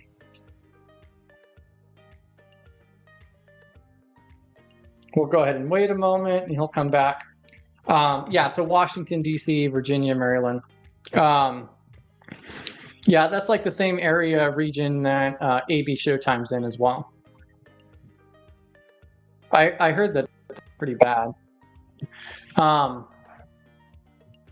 Oh, looks like he came back. So sorry. Bam. Oh, no, you're good. But yeah, those tolls are absolutely insane. Yeah. So I'm going to avoid the state as much as possible. She said she got 10 inches of snow today. You said that they're kind of tricky. They are. They're like ninjas. They're like reverse ninjas. You're like, wait a minute, I was on a toll multiple times? Like you said, $75 worth of tolls I was on? What in the world? And I was in the state for 2 hours, driving straight through. Oh, man. Yeah. Yeah. It's still that. Yeah. All right. Yeah. Sorry, go on. Yeah. Oh, no, you're fine. And update the organizational profile. So implement the action plan that you come up with, and then you need to keep the organization profile up to date. So follow the action plan to address the gaps and move the organization towards the target profile. And as you go through and do this, then it's just going to be an ever revolving circle until you get to whatever point, and then you have to maintain. So it talks a little bit more here about like the stakeholders. Target profile can help express the organization's cybersecurity risk management requirements and expectations to suppliers. This is also where they try to position on the fact that, like, although this is a voluntary framework, you could also say that, like, hey, here's our target profile. Like, this is where we're at, and this is where we want to be when you're talking to business partners for contracts or other companies and so forth. And then CSF tiers that coincide with the profiles as well. An organization can choose to use the tiers to inform its current or target profiles. So tiers categorize the rigor of an organization's cybersecurity risk governance. And I think that so the diagram that they have down here is really the best way to explain it. So you have tier 1 through tier 4. You start at like tier 1 right here, where you're just partially in compliance, I guess would be the way to say it. And then you slowly move up in those tiers based on these requirements that they list below, basically. So then you move to risk informed, and then repeatable, and adaptive. Adaptive being the highest tier. And the goal of it, if you so choose to do so, is you implement your current and target profiles, and you keep going through that until you start moving up in tiers and become more mature. And then eventually you get to adaptive, and you have a really strong program together with that. But again, it's voluntary, and it is also best practices. It's not designed to make you more secure technically. It's compliance with a framework, which is also where you get into like customization, tailoring, and so forth. So what this makes me think of when you were mentioning this is a good friend of mine in the cybersecurity realm and cyber gangsters. If you go to my YouTube and you see Peggy Nolan, she used to come on often, right? She and I we tag team on the requirements and things like that. But she taught me a very cool term and methodology that I love now called continuous compliance, right? So a lot of times what's associated with compliance, and again, I'm speaking from the PCI realm, everyone, but is, the idea is that you come in, you get compliant, you basically check mark the box, and you're good to go for another year or however long they ask you. And so, but the idea though is like, yeah, that gets you past compliance. But if you're just working towards compliance, that falls behind the idea. Like, you want to make sure that you're putting up a good defense against your potential attackers all the time. And so continuous compliance is the key. It's not about just being responsive, but I like how they say adaptive, because in my mind, I think proactive, but I think adaptive is way better actually. Yeah. And that's also where you get that new coined term on, becoming resilient. So cyber resiliency, where because it's like they always say, it's not if it's going to happen, it's when it's going to happen. Eventually something's going to go wrong. And that's where like the resiliency, adaptability comes in on how you could bounce back from an attack or something going wrong. So, I find it interesting because as you go through the NIST documentation, you get a pretty good understanding of like the history of it as well, and how scary it was back in the early 2000s. Yeah, because I mean, a lot of this stuff, like GRC, for an example, like the term was never even used until like 2004, and nobody even knew what it meant or what it was until what 2015. It was used a little bit, Right. and then it really took off like probably around 2017. So Right. yeah, it's kind of sketchy. I tell everyone, go look at, do your research into the history of cybersecurity.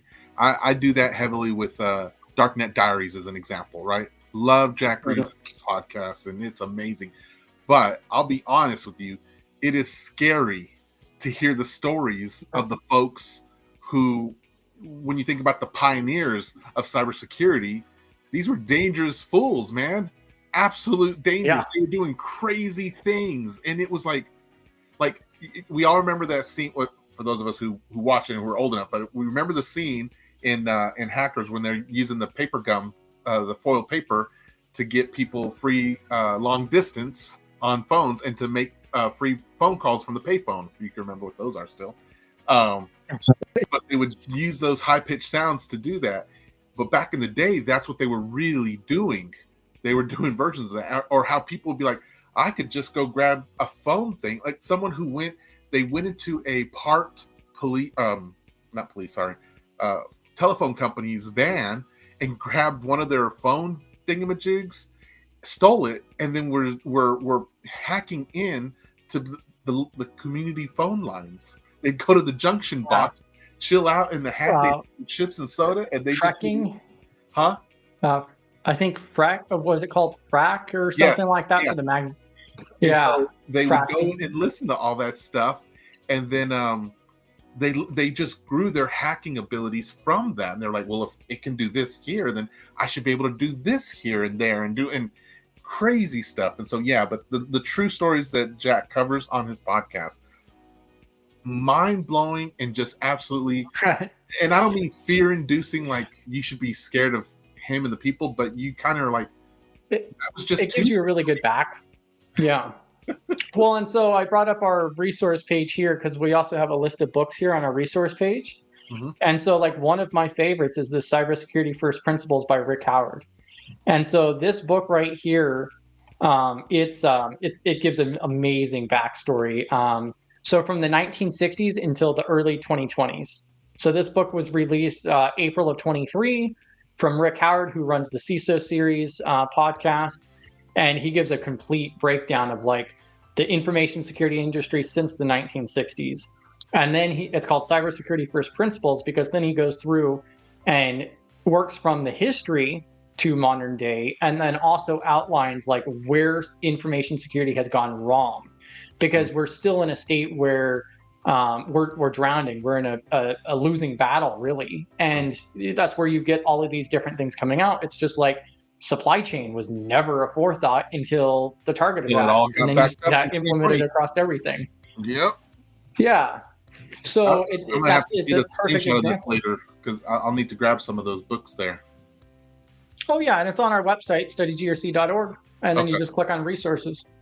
But yeah, so that's one of my favorite books, is the Cybersecurity First Principles, and so it's a $20 book, and you can actually buy it right now for $13. So. Nice.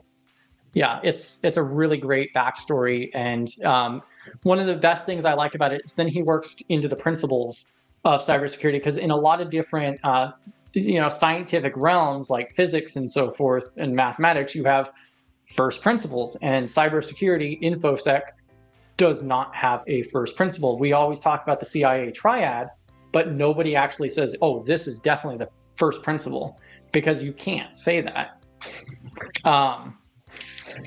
And he literally goes through on 10 different options for first principles, and then also goes into detail on why they can't be a first principle, and then basically leaves the book wide open on what do you think out of all of these options. It's a really great read. Okay. I'm glad you mentioned. I popped it up over here on Amazon on another tab, so I'll make sure to grab it after we're done. Man. Oh, and we got PBO in chat. Yep. Welcome to the party, pal. We were talking about you a few times. All good this time. Let me double check chat here. Viper was saying that it was crazy times.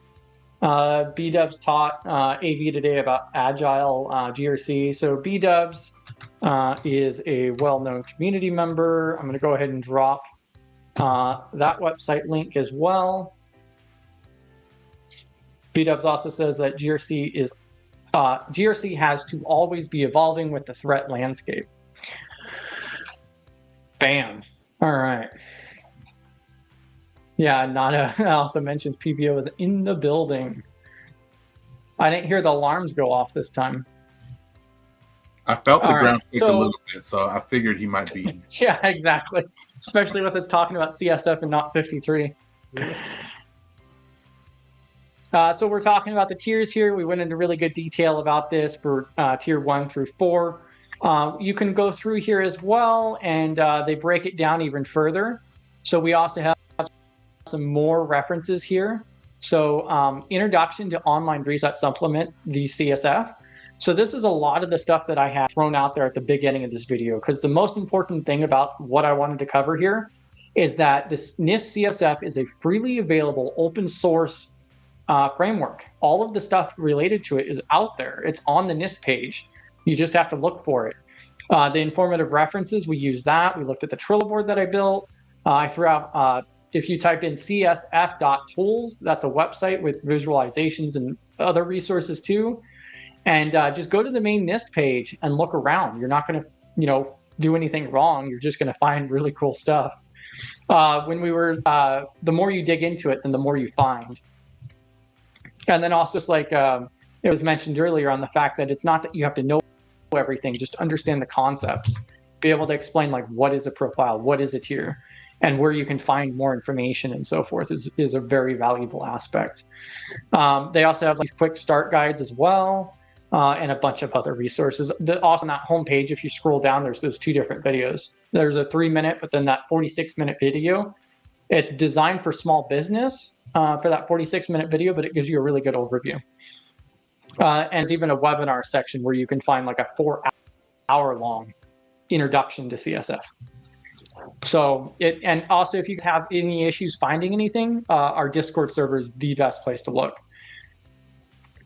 Yeah, and so just like B-Dubs mentions too, that free and available to all who want it, no paywalls.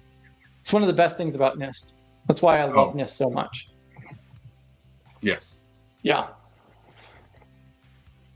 Yeah, over on the PCI website, you got to give all this information, and you're like, what? Yeah, exactly.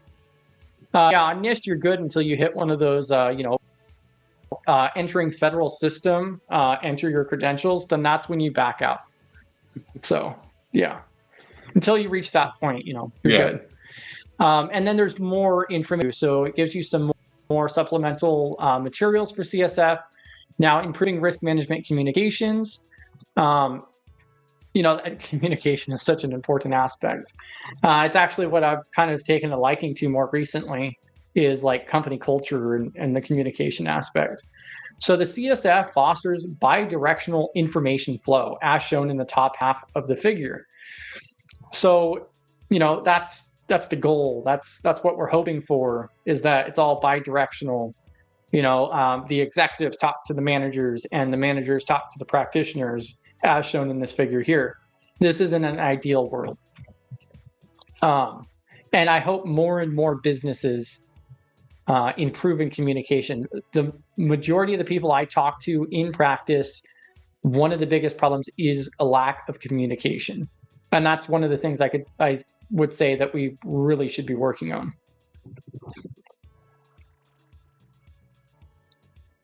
Let's see here. So preparing to create and use organizational profiles involves gathering information about organization priorities, resources, risk direction from executives. And so, as mentioned, We have to have that buy-in. A program is not going to be successful if you do not have buy-in from the shareholders to the people who actually, have the skin in the game on the organization itself. That's probably, I mean, I would even go as far to say that's like one of the most important aspects. PVO might say otherwise. I'd be curious what PVO has to say. Yeah, it's definitely one of those things that you have to have. Like, and I'll say have to have because you cannot get it sometimes. The disparity between having their support and not, though, is the difference between night and day. Like, you can have someone who portrays like you have their support, but then every step of the way they're just putting gates up all the time, and you're like, are we working together or against each other? I'm so confused right now. So, right. Yeah. And those are tough because especially if you're on a contract and your time is limited and you're having to deal with all that time with the gatekeeper instead of the actual getting work done, it turns a 6-month project into I have a no idea long project. Yeah. Well, and also, like, one of the other documents that we covered recently was the 850. I mentioned that I want to go through and do a dedicated video and presentation for it. Mm-hmm. And that goes into like the educational aspect, the security awareness and training and privacy and so forth as well. There's a lot of information in there, which closely relates to this as well, because you have to be able to talk to these executives and managers and so forth, and the technical people on the ground as well in these different departments. And that's where GRC becomes a middleman. And we can't assume that every person we speak to in that upper level understands it the same way that we do. So it becomes pivotal. It becomes monumental to be able to communicate on a non-technical lead perspective. You know what I mean? Just at least with those stakeholders that are not in the IT realm.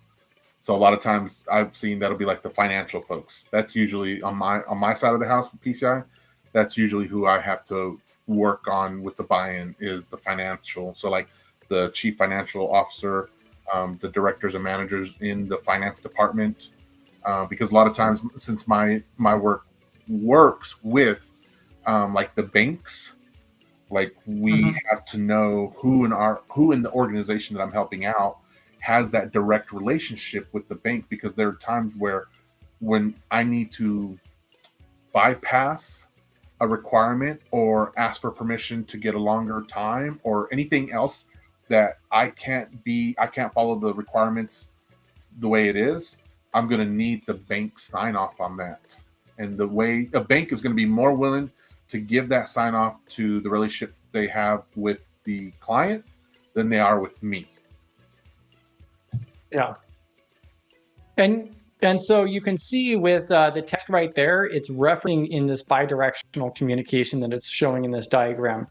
So in an ideal world, what I would typically do is I would pop up the PDF in 2 different windows next to each other, just so I could see it together, because that makes it easier for me to, walk through while I read it. Because it's talking about the executives' communication based on the policies, oversight, responsibilities, figuring out like what the risk is, what the priorities are, how that cascades down to the managers, and then it brings it down to the practitioner's focus on implementing the target state and measuring the changes. And it's going to be different with every single organization. Like, this is what you'd see in a enterprise, but like for a small business, you may only be 1 or 2 people, in between, on that team, talking to the executives or whoever's in charge. So it's definitely just an idea, just an example there. Let me see here. Looks like we got something. So Jeremy mentions, evening everyone. If you have access to Coursera, they have some good NIST training. I just finished one of the 171 with good info on CMMC. They also have CSF 2.0 as well. Yeah, one of the big things that we were just outlining here is that the NIST CSF is open source. And so, especially if you don't mind going through and reading the documentation, you could get all of that from the NIST page. So there are definitely some great courses out there and so forth. But also, somebody mentioned earlier, like just throwing the NIST docs into AI or something. I feel like you get way more context for the wording. Like they word a lot of this stuff in a particular way, but it is also all voluntary as well. So some people also learn better with video. So definitely no issues with that aspect. I feel like you get a lot more context out of the docs. They do have some video content. Also, there's Optic. There's another YouTube channel that's talked about CSF 2.0. I'll drop the link to that here in a moment, and you can check that out. It's like Optic something. There's so many different channels to keep up with. Let's see here. And they have an amazing thing too. And Summit 7, if you are anywhere in the CMMC space, following Summit 7 is like a necessity. There's also the CUI Discord too. So on Discord, there's the CUI Discord, which is all about CMMC and DoD 171, 53, the whole nine, anything and everything to do with the federal space, especially. Let me grab a link to that actually. Let's see. So this is for the CUI Discord. So that's an amazing resource there. Hundreds and hundreds of people active in there. But yeah. And there's also some courses that I've seen on Udemy too, if you really do just learn better with the video content. And that's free on Udemy? Let's see. I'm personally not a fan of Udemy. I know people who like Udemy, like PVO does go through and do their deals. I've gone through and got their deals before, and I've never gotten a course from Udemy that I actually enjoyed. Wow. So I don't use Udemy anymore. I've had a horrible experience with them, so I just completely avoid them. Typically, what I'll stick with is you have, and it's a little bit different, but like Pluralsight is a really good one. I consider that more of a premium. Also, Cybrary. Cybrary has some really good content too. So I don't know if they have anything for these frameworks, though. We would have to double check that portion. Improving integration with other risk management programs. And see, I think this is where it gets juicy, in my opinion. So every organization faces numerous types of ICT risk, privacy, supply chain, artificial intelligence, and many use frameworks and management tools that are specific to each risk. Some organizations integrate ICT and all other risk management efforts at a high level by using ERM. Let's see, organizations can employ ERM approach, and then it's going to list out all of these other resources to learn more. So NIST resources that describe the mutual relationship between cybersecurity risk management and ERM. So yeah, we have the 221 for enterprise impact, 221A, staging cybersecurity risk for enterprise. That's actually that's one I haven't even looked at before. So this IR 8286C, staging cybersecurity risk for enterprise. For government oversight, governance oversight, that actually looks really interesting. That might be another one to add to the list.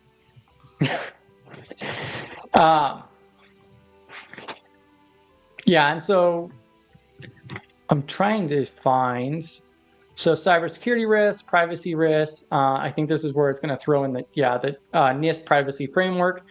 And so it goes into detail on the fact that like the CSF is not a one and go kind of thing. You commonly want to pair it up with other things. So you have like the AI risk, the AI framework from NIST, the NIST privacy framework. There's other options out there too. I think MITRE has Atlas for AI, I believe is what it's called. Supply chain, which I think is the 161. Yeah, so 800 161 is the supply chain risk management practices through NIST. And so then you'll bolt these on top of CSF as well to improve it. And then now we're at page 20 in this document, and now it's going to go through the different functions. Here's the categories. This is a really nice, diagram here or table. We went through the beginning of the document that breaks all of this down. It's mentioning the reference tool that we went over as well, and then it's going to go through the controls here. So, yep. And that's pretty much the gist of it. So we can go ahead and scroll down, and like I shared the Trello board earlier, I'll go ahead and drop the link to this again. And I'll try to throw a lot of these links in the description after this video. We are definitely coming to an end here, though. So if you guys have any questions, definitely drop them. I'll drop the stage link again here in a moment. There was a couple additional things at the end of this. So again, so Appendix B, CSF tiers, this is where it breaks it down a little bit more in detail. So we talked about the tiers 1 through 4. You're going to start at tier 1, and this just gives you a little bit more information on it. So application of organization cybersecurity risk strategy is managed in an ad hoc manner. Prioritization is ad hoc and not formally based on objectives or threat environment. And then you just move up based on, these descriptions. So going through and actually reading this, understanding it, and you could also copy and paste this, throw it in AI, summarize it if you need to. Let's see. Also the glossary. So NIST, that's another amazing resource. So if you take a look at our primary page here for NIST, which we're building, so this is still very much in development. But we also have the NIST glossary right here. So publications, the NIST glossary, and the latest from NIST. So the NIST glossary is an amazing place. You could just come in here and you could type in a keyword, and it's going to go through and give you examples. So I just typed in GRC, and then we have risk and compliance, and we also have GRC. I'm going to click on GRC.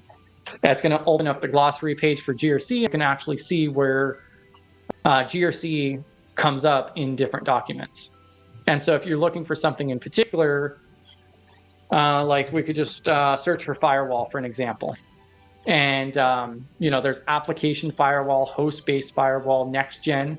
Let's say we want to learn about next-gen firewall. We'll pop that open, and now it gives us this abbreviation here, and then it tells us what documents that next-gen firewall pops up in.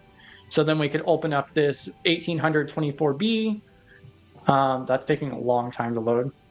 But then you would go through and you'd open up these different documents, and then you could use Control F to search the documents if you wanted to, or maybe it's just about that.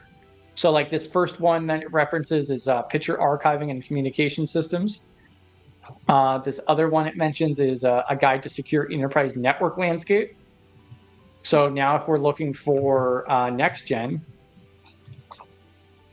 so I just searched for NGFW, and then it went ahead and took us down to page 19. And it's just outlining next-gen firewall. So the distinguishing feature of next-gen firewall is application data awareness. And this is how you can leverage the free resources through NIST. I just wanted to, throw those parts out there as well. Let me double check over here. So we were just here on the glossary.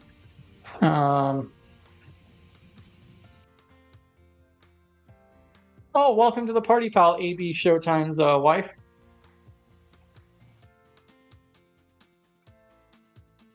Oh, yeah, and one of the best places, so YouTube won't let you drop the links, but if you join the Discord server, you can drop links in there. Yeah, so the bot just dropped the link to our Discord server. We have a live stream chat channel in our server that will relay it to the platforms.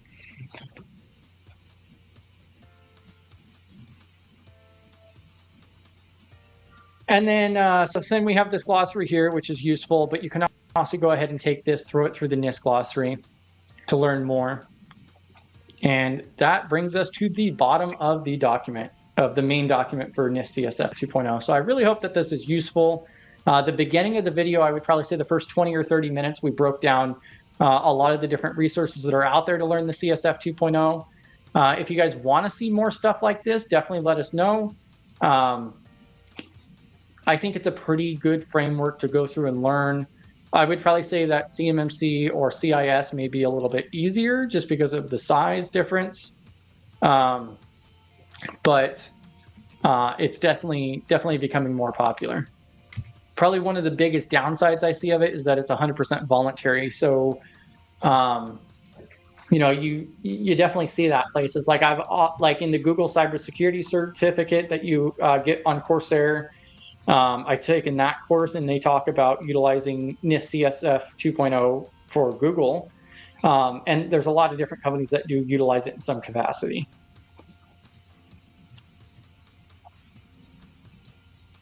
Probably one of the only other things that I would mention out is that our NIST page, which is just nist.studygrc.org, which is what we're building out.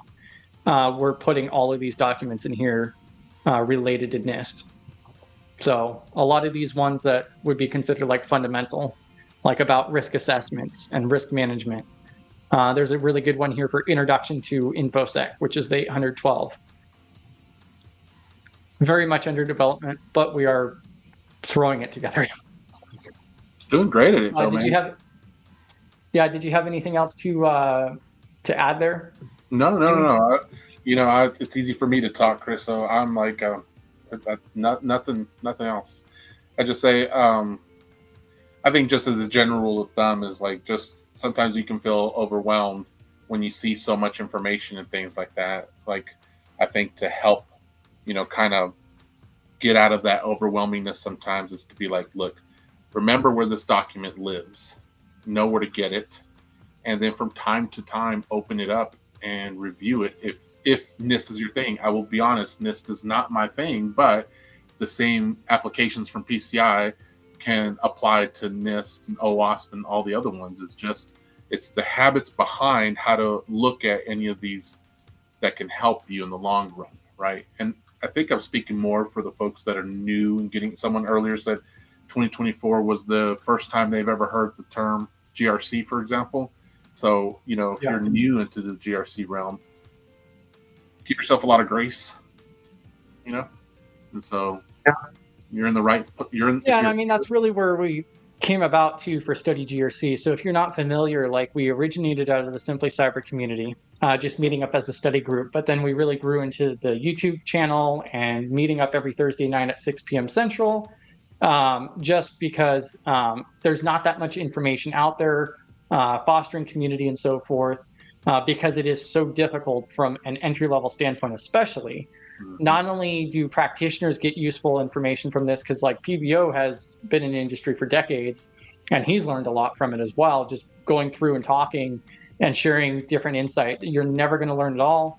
But the information's out there. It's just finding the right resources and trying to see through that smoke and mirrors as well.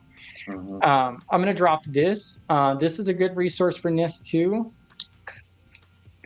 And then also Summit 7 is like a favorite of mine for CMMC.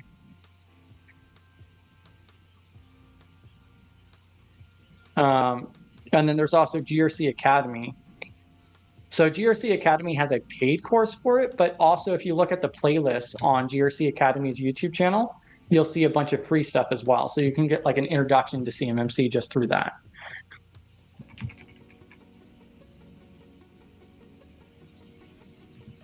Did you guys have any other additional questions or anything?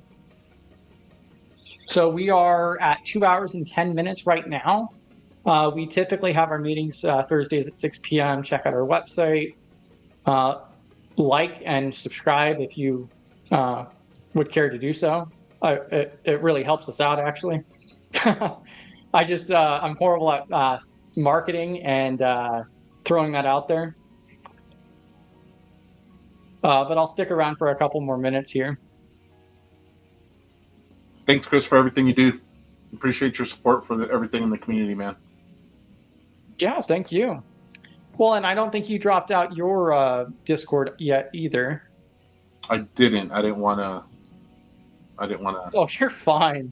Your Yeah. GRC mafia, cyber gangsters and GRC mafia right here. Let me That was a grab complete that. coincidence, my man. God had a different plan, but we didn't know that each other existed, and I was very happy Right. about that. Yeah. So Jamie over here, I always forget your nickname. My nickname? Oh, Yeah.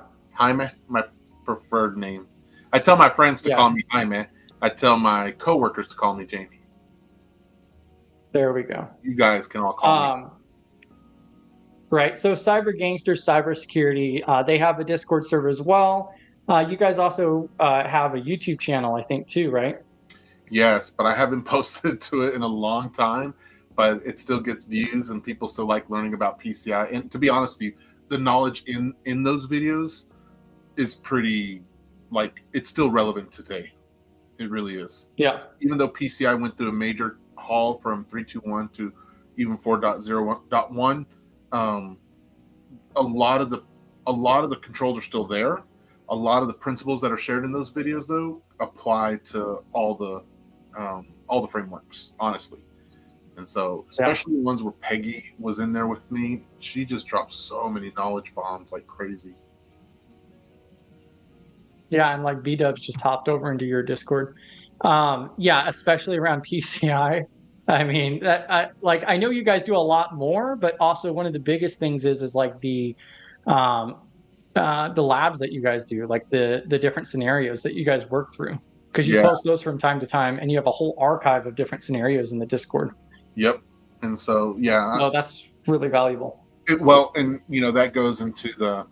I haven't been active in a lot of things. That's why I haven't even been here often. I'm doing crazy stuff, and so it's like I really want to get back to it, but I feel like I'll be able to get back to it here very soon. And so with that, will come back the regular updates and consistency that I used to be able to bring. So Yeah, and their Discord's still active though. I just want to clarify that part. Yeah, the Discord's still definitely very well active. But yeah, definitely check out that resource as well. And that Kui Discord I dropped as well is extremely active, hundreds of people a day. I don't even know how many people they got up to now, but that's an amazing resource. I don't even know if they'll tell me. Yeah, they don't even have it public, but there's a lot of activity over there. So, bam. Yeah, and I'll grab the YouTube channel for them as well, for Gangster Cybersecurity. Like you stated, they haven't published anything recently, but they're going to be, and the content on there is still very much valid as well. Yeah. So there was a few other people who I got to interview, like some of those videos you'll see on there is people who, if many of you find yourself in this situation where you're like, you were never even in GRC before, and then you broke in and you're trying to, navigate and work through things. There's a few people who I interviewed who were in that very exact boat, who they were like, I was in construction. There was this one guy who was in construction, another guy who was in help desk, and I can't remember the other guy. And they talked about how they got into GRC and PCI and making more than six figures now, or hot in the low to mid six-figure ranges. And so they were like, yeah, it's fantastic. Talking to them, it was always a great encouragement. It's always good to see people excelling, really doing it. So it can be done. I always tell people it takes consistent work. You don't even need to be hardcore. Yeah. You just need to be consistent in it. And I'll be honest, 2024 was hard for anyone in the tech field, in the tech industry. It is just really hard. So if you're wondering why it's so much more harder, then it's not because of you. It's not because you suck or anything like that, okay? It's just, it was a really hard 2024, okay? Oh, yeah. Yeah, most certainly. And that's also why I wanted to move back to this real quick, is just the shared mission. That last portion right there is use the community. Definitely leverage the community. I've always consistently stated that, like, I would have 100% burned out if I didn't find community. It's way easier when you have people to ask. I've also found that, I've never had to pay for mentorship or otherwise. Just leverage the community. I come from a labor background, especially from the union side. And so it was not easy for me to go put myself out there and be like, oh, hey, I have no idea what I'm doing. how do I do this? Like, I've always been in the mindset of like, just figure it out and work harder on it. But that's the hardest way to do it. And that's how people burn out, give up, and it just doesn't work out in the long run. So that's like my biggest thing is like just leverage the community, get different perspectives. Um, there's so many different communities: Black Hills Information Security, Anti-Siphon, the Cooey Discord, Cybersecurity Gangsters, Simply Cyber, Cyber.com, Wild West Hacking Fest. Like the list goes on. Yeah, There's also tacos too. Yeah, go ahead. No, loop into these resources like Yeah.